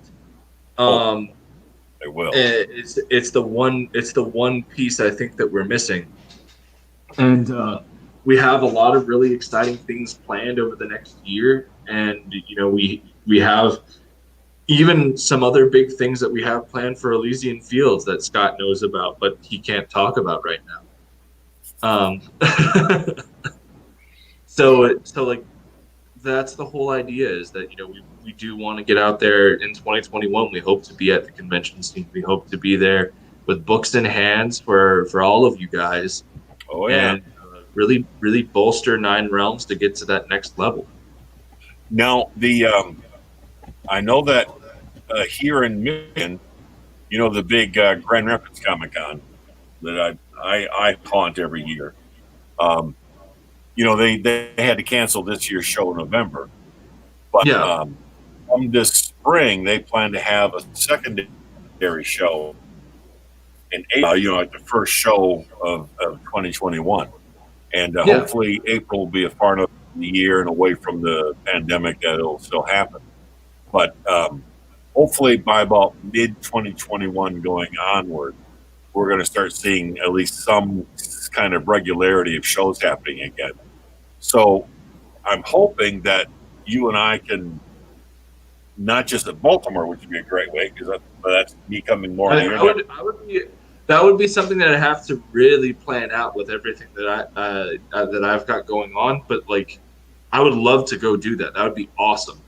Yeah. Now, if you and I can find some show in the middle, like maybe Cincinnati Comic Con, that's kind of somewhere between Michigan and Virginia is where you're at? Yeah, I'm in Virginia. Okay. So that seems like that could be a good midway point for us to congregate. I would honestly be down going to Grand Rapids. I hear that it's a really good con. Oh, really? It's really grown to a great show. And so like that again, that would just be a whole thing of I'd have to kind of figure out the logistics and everything with my kiddo and everything. Sure. What month does that go on? Hmm? What month is that? He's saying potentially April. Yeah, Potentially the GR Comic Con is going to have a 3-day show in April. Then they're going to have their regular big show in November, next year, 2021. Okay. So, What we might actually do is if we want to go, we can try going for that big show in November, and really bring the house down. yeah, that would give you a much better chance of getting ready for preparing to come all that way. Because that gives me plenty of time to kind of get those logistics kind of figured out. I'd be down for that. We'll get more about that off air so that we can start to really plan out those details. Because I'd love to set up a table with you at Grand Rapids, and we'll bring some of your deluxe editions. Oh yeah, that'd be awesome. But now we've already talked about my somewhat okay logo for the cover. Do we want to talk about any other logos? You know what? Yeah, sure, we can do that. Do you want to save it for another time? No, I don't want to put it because seems like a pretty good time to do that. There aren't a lot of people watching, but as a thank you for those that are, Bob is watching. Thanks, Bob, for liking and sharing. Thanks. Okay, there you go. Comic Book Bob's watching. Y'all. Well, then, it behooves us. And Edwin. Yeah. So you know what? Let's do that. We'll talk it up for a second. So Scott did a fantastic job with the Elysian Fields logo. Like, genuinely blew me away. In fact, Scott, at the very least, you can say that your logo completely stomped the shit out of everything else, because that is one of the most consistent things that we've had from return customers is, wow, the new logo though. Awesome. And so people have been really, really happy with it. And so the Nine Realms logo, I figured could use a little bit of a facelift. That's not to say I wasn't happy with the Nine Realms logo, but I kind of hobgoblined it together with a logo generator kind of deal, where I was just trying to make the coolest thing that I could with what I had, and I think it turned out really well. But I had a bit more symbolism in mind, and so Scott had been like, "Yeah, I would love to facelift your logo," and so I kind of gave him an idea of what I was trying to accomplish with the Nine Realms logo initially, with that kind of imagery, and well, just like he did with the Elysian Fields logo, Scott didn't disappoint. So Scott, I give you the floor, sir. Well, if you're going to twist my arm, Phil, are you there? Sometimes. Oh, okay. I feel bad. Phil, you need to get in on these conversations, man. Right into the middle. I'm just taking it all in, man. So much good information going on. Because this story is dedicated to you. You're special, Phil. You're the Phil. Oh, God. See, I after doing the Elysian Fields logo, I looked at the Nine Realms Publishing, and I thought, I know what Mike's trying to do with with the whole Greek mythology and everything, and I saw the logo, and I thought, okay, I know where that kind of logo comes from, and I understand, and I thought, well, I wanted to turn my many years of graphic design,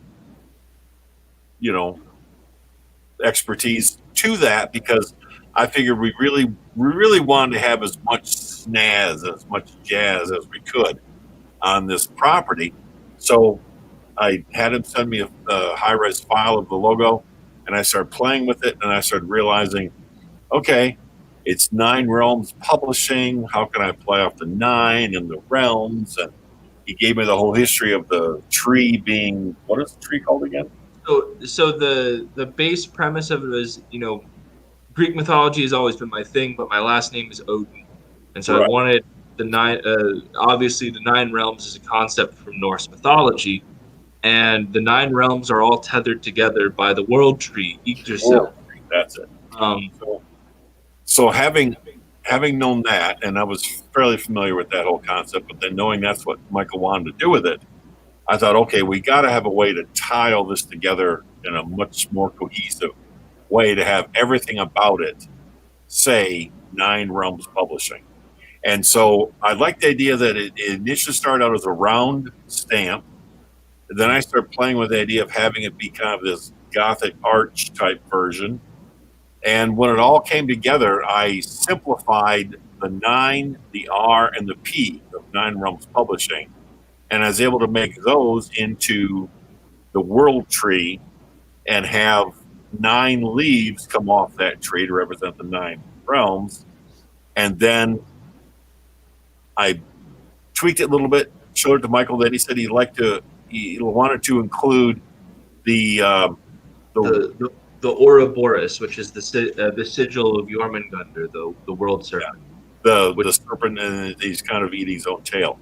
So he sent that to me, and I pared that down a little bit, and I ended up coming up with something that included that continuous, serpent theme as the border, and then the 9RP is the 9 realms tree and the 9 realms of the leaves.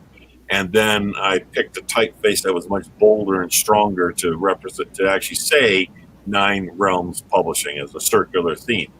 So that was what was fun about it. And I maintained the same color scheme. Mike wanted the same color scheme on there as from the original. So if it's possible to, at some point, I see if we can do it tonight, that'd be great. You can show what the original one was and what we ended up tweaking and putting together for the second one. I think it all together is a much stronger, more robust logo that really, I think, speaks to the kind of power and richness of the story and content that I think trying to. All right, this is how we're going to do this, Scott. I've got the original one. You've got the new one. So what I'm going to do is, it should still be on your computer, correct? Oh, yes, I have it. Okay. So what we're going to do is I'm going to share this one really quickly. We're not going to have it up there for too long because it's not the main event. So this is the original one that I did. I had always had that vision of Jormungandr going around, which is what I had kind of tried to do with the ring up there. But as I said, I didn't have the access to that. We had the awesome tree here that was a pretty solid graphic, but again, I couldn't really accomplish the 9 branches or anything. Then these 9 Realms Publishing, which I am happy with this logo. I think it turned out pretty all right, but it genuinely pales in comparison to what Scott accomplished here. So Scott, how do I post what I've got onto the broadcast? You should have a button that says share screen. And then it'll ask you what you want to share. Here we go. Share screen. Gotcha. And you'll probably want to do either application window, or if it's up on a Google Chrome tab or what have you, you can bring it up on one of those too. Okay, hang on a second. All right, hang on. The suspense is building, guys. I know. Come on. Here we go. So this was after, and you're gonna laugh, Michael. You're gonna laugh. But I find you to be an incredibly effective editor. Now, you probably never thought you'd be an editor, but my God, you are. And it's with doing editing that brought about this particular logo, because this was not the what I'm showing you was after several changes. Yeah. And this was the I'm pushing the share screen button here, and and it should drop down, and it'll ask you which one you want to share, or which application or window you have that you want to share. Oh, here we go. Yeah, it's a big pain in the butt.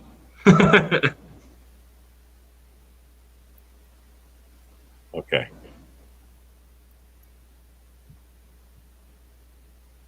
Okay, share your screen. Hang on a second.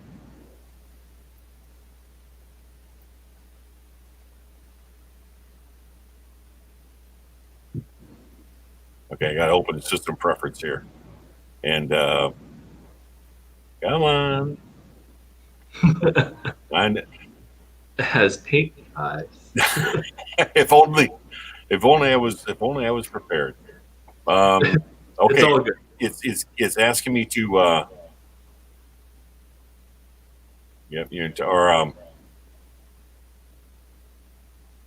Let me see. yeah. It hasn't come up just yet. Phil, Yeah. close yours out just in case that's preventing him from sharing. No, I didn't mean you leave. I meant your. Oh no. Oh, did he get cut off? All right. So I've got your screen, Phil. All right. Do you have it up? I have a logo. Can you hear me? Yeah, I can hear you. Okay. But what's on your stream right now is your browser. So I'm not going to put that up because it's your Facebook. I don't want to dox anyone. That's all right. If you want, I can pull it up. You know, you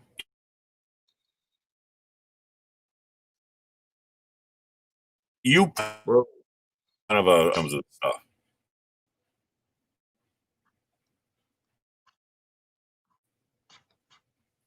Do you have my logo to yeah, I can do that. And Phil's back. Good. Hold on. We're gonna lose the Phil. I'm back. Yeah, I hit camera instead of share Yeah, screen. I was about to say. I was like, no, wait. I was like, I'm still backstage. How do I let it? No, reboot the damn browser window. Let's see. Okay. Now you've got the logo, right, Mike? I do. Sent you? Let's see. Do you have that thing? That thing I sent you? Yes, I do have the thing. I just want to make sure that I upload it on the right thing and don't do something stupid like let people see. There we go.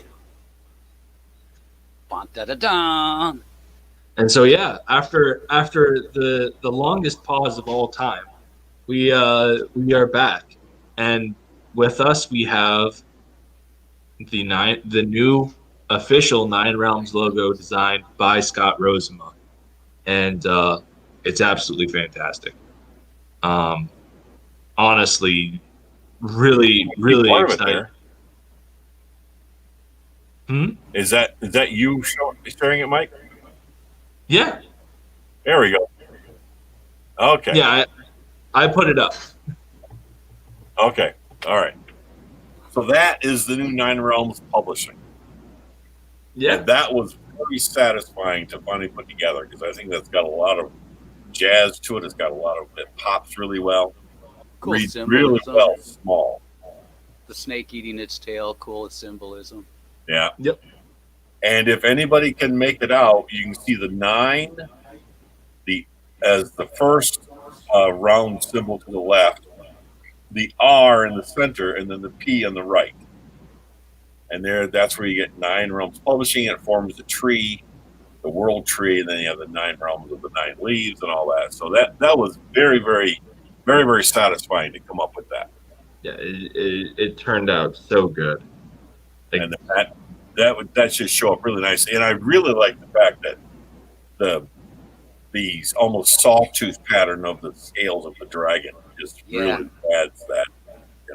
That's really, that was a lot of fun to do. Like I said, and it reads really well, small, and it looks good against other parts of it. And I'm glad. I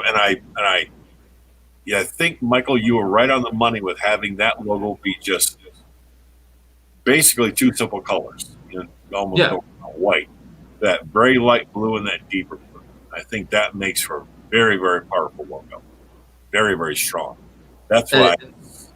It's a very good, like, I always really liked the blue and light blue clashing on one another, and then with the white lettering is just I it was one of those things that really spoke to me about the original logo, and I think that it's so much more amplified here with everything that we've got going on. And as a comic book company, the whole idea of the Nine Realms being this whole thing where every realm is like another story. It's another avenue that we can approach, and you've got that mythological aspect, just something that will always be kind of tethered to my identity. And yeah, because that I think is what's so absolutely cool about saying Nine Realms Publishing, because that plays into the entire concept, the Nordic,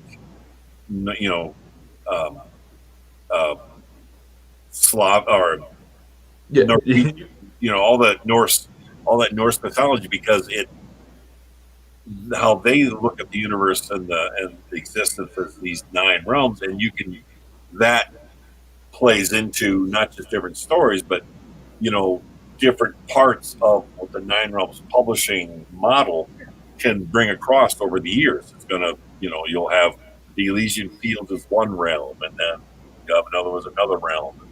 Oh, it's just, I just think it. Again, I saw some potential there, and I just knew we had to. I really knew I wanted to do something, really, really snazzy. absolutely. And it turned out great. Now this trade dress is not. This will be the trade dress on our future books. This will we will have, because we've already have the. I guess I might be able to get the new logo on in time. There is plenty of time for us to do that.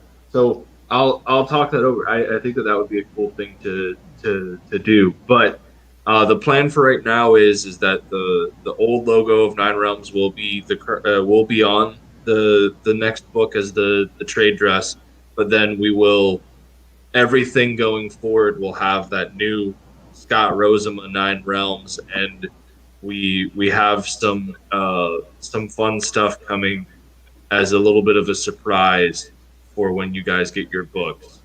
That will have a little bit of that on there too. That's gonna be good. Excellent. But anyways, it's reaching the. I know that we wanted to keep this open for as long as possible, but I do also know that we're hitting that 2-hour mark. And it's been great talking to you guys. So what we're going to do is we're going to bring up the campaign here one last time, and put on the campaign video, and then I'm going to do one final reveal, and then we'll start to finish up the show. Awesome. Phil, you ready? Yeah, I'm ready, man. Okay. All right. Sure.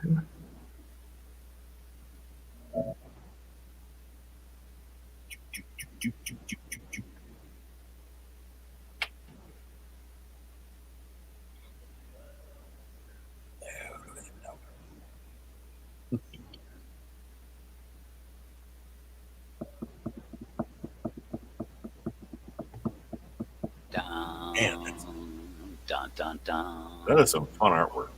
Gosh, that was. Is the volume up on the? There we go.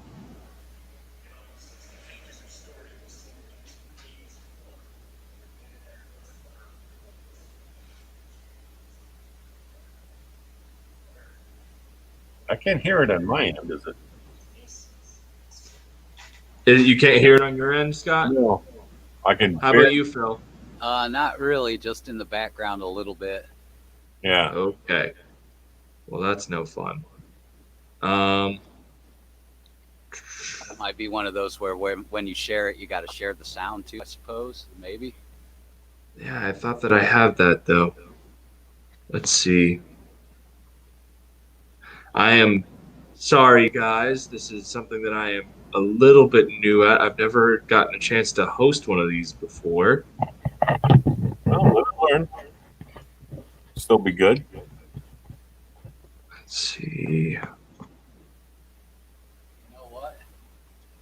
Hold on one second. That's really cool though. You met the goal and you're above it and everything, and so well, if we can just get that 5,000 level, that'd be awesome. Yeah, and I think that we will. We have the interest there. Well, Here, one I second. feel bad because we got like. All right. Are you able to hear it? Yeah, but hold on. Just the faintest of sound. It's not really. All right. Well, then we're not going to bother with that. What we will do is, so we do have the trailer there. This is the campaign. We have the support our troops stuff. But there's another part of this book that I wanted to touch on here because this is a smaller stream. We're all friends here. Here, I got you hooked up. Share the screen real quick there, Mike. Oh, hold on.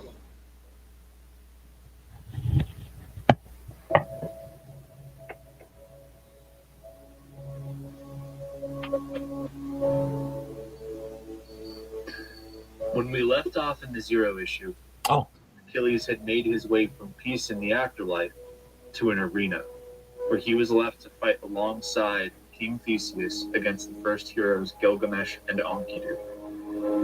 Achilles had begun this fight against the arrogant Gilgamesh at the end of the Zero issue, and that's where we pick up in Elysian Fields, the Pyramid Gambit. In almost 60 pages of story, we see the new Team Hades form and begin their first round in the Abyssal Tournament of Champions. Heracles, conqueror of the 12 labors, Theseus, slayer of the Minotaur, and Achilles, the hero of the Trojan War, must now face an opponent that has never been defeated before in this arena, the champion of Osiris, Imhotep. With the success of our first campaign, we were able to expand on this book in pretty much every way. We have doubled the size of the story. We brought in talents like Kevin Sharp and Alonzo Espinosa from Dragon Guard, Scott Rosema, and many more for various different covers and pinup. We're also extremely excited to announce our partnership with the Special Forces Charitable Trust, for whom we are raising funds via our Support Our Troops package. Not only will this package include an Indiegogo exclusive edition of the book with a cover by Ted Lehman and Farah Normaliza, but it will include a pinup by the very talented Justin Hunt, a UNUP patch, and a challenge book. $10 from every purchase of this tier will be donated to the Special Forces Charitable Trust. It not only helps the veterans of this very elite community prepare the military, but their families as well.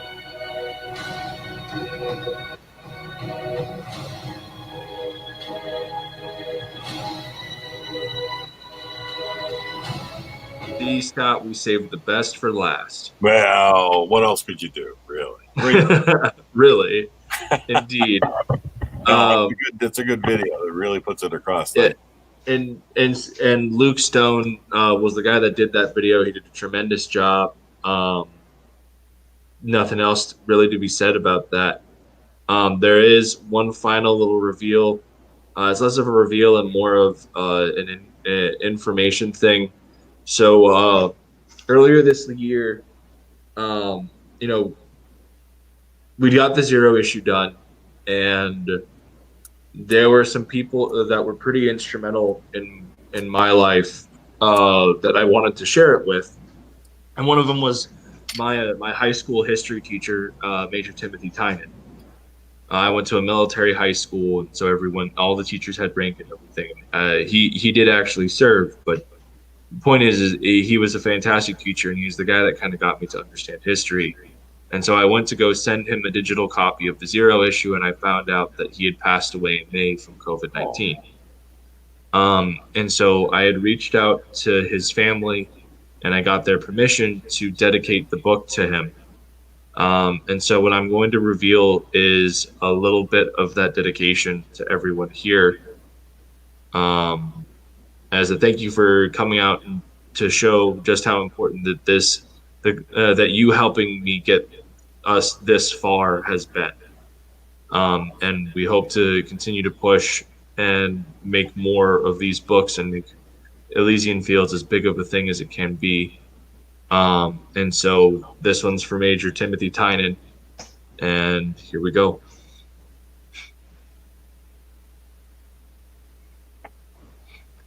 And so this is awesome. There will be a little bit of a story on the other side of it, but I'm not going to spoil that. I'd like for people to actually get a chance to read that when it's in print.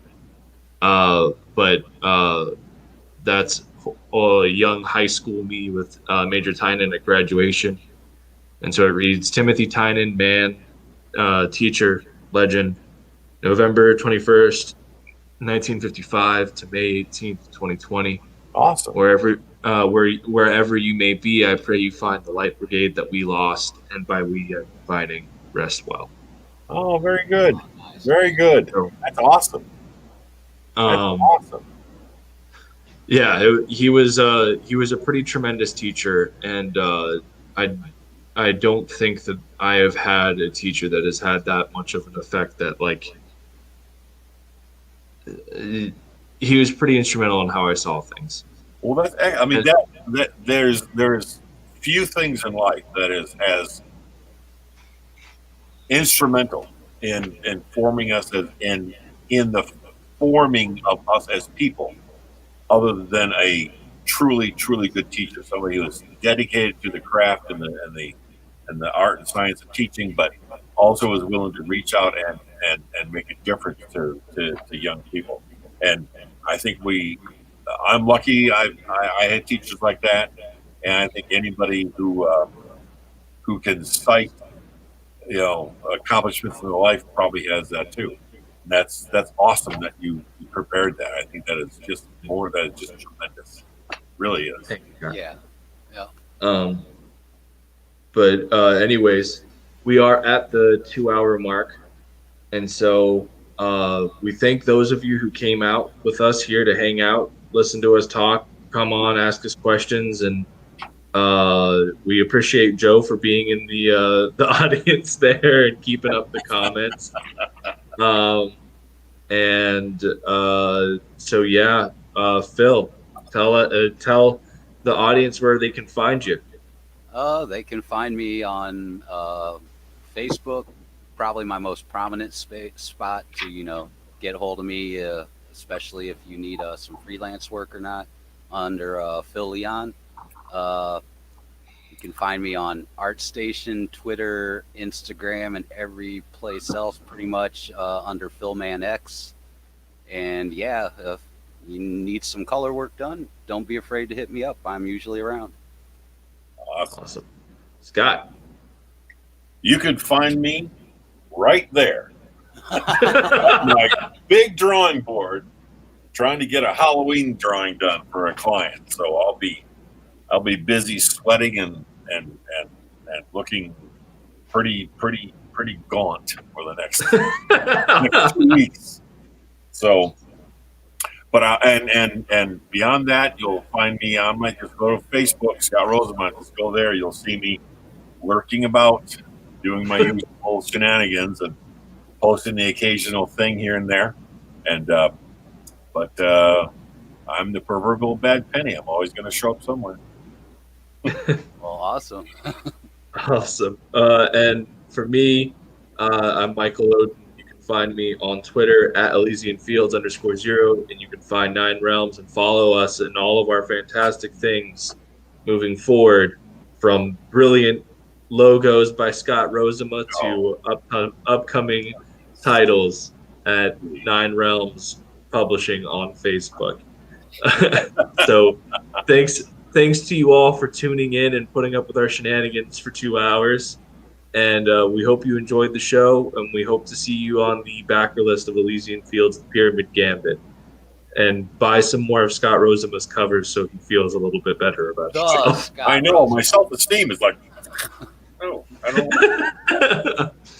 Anyways, thanks so much for sticking with us, and we'll see you hopefully at some point here soon.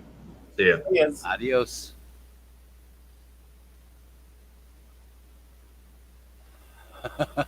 Hey, we're still here, Scott.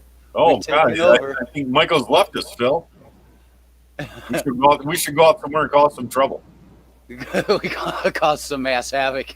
Yeah. They'll remember our names, by God. The Scott Rosema. Yeah, so I officially know what that's like. Phil Locklear did that the other day on Unscripted, where he hit the leave studio button and not the end broadcast, and they carried on his stream. It was me, Tom Hutchinson, and Jim Noble, and we carried his. I stayed on till around 2 a.m, and they kept it going till like 4. Oh my God. But anyways, for real this time. Are we still broadcasting? Oh yeah, no, we're still live. Oh, okay. And he hits the stop broadcasting in the corner thing. Okay. Yeah. Now, Michael, real quick before you go, are you going to do another broadcasting with Billy Tushy and company? I don't know. Well, I hope so. That Yeah, you would should. be awesome. Yeah. Next time you do it, mention specifically that I'm doing work with you, because I've known Billy for a long time, and I'm sure he'll. Because I know that you mentioned me on the broadcast, but it just kind of flew over his head because he's got like a million things going on at once. Yeah, 100. He seemed like he was working on like 1.5 million things while he was there. Like he was he is. to keep. He's a very busy man. He's But- a machine. He doesn't stop. But anyways. Trump that out to him, and I'm sure he'll have some snarky comment to make about it. Oh, of course. I did some stuff for him with the She character, quite a while back, but he might have some fun words, and it'll be a great way to be fun time. Absolutely. Well, we're gonna wrap it up here. If you guys want, we can hang out in the green room for a little bit, but we are going to wrap up this live stream. Thanks so much for tuning out. I'm not going to make an ass out of myself again. I have my cursor on the right button this time. So have a good night, guys. See ya. Everybody.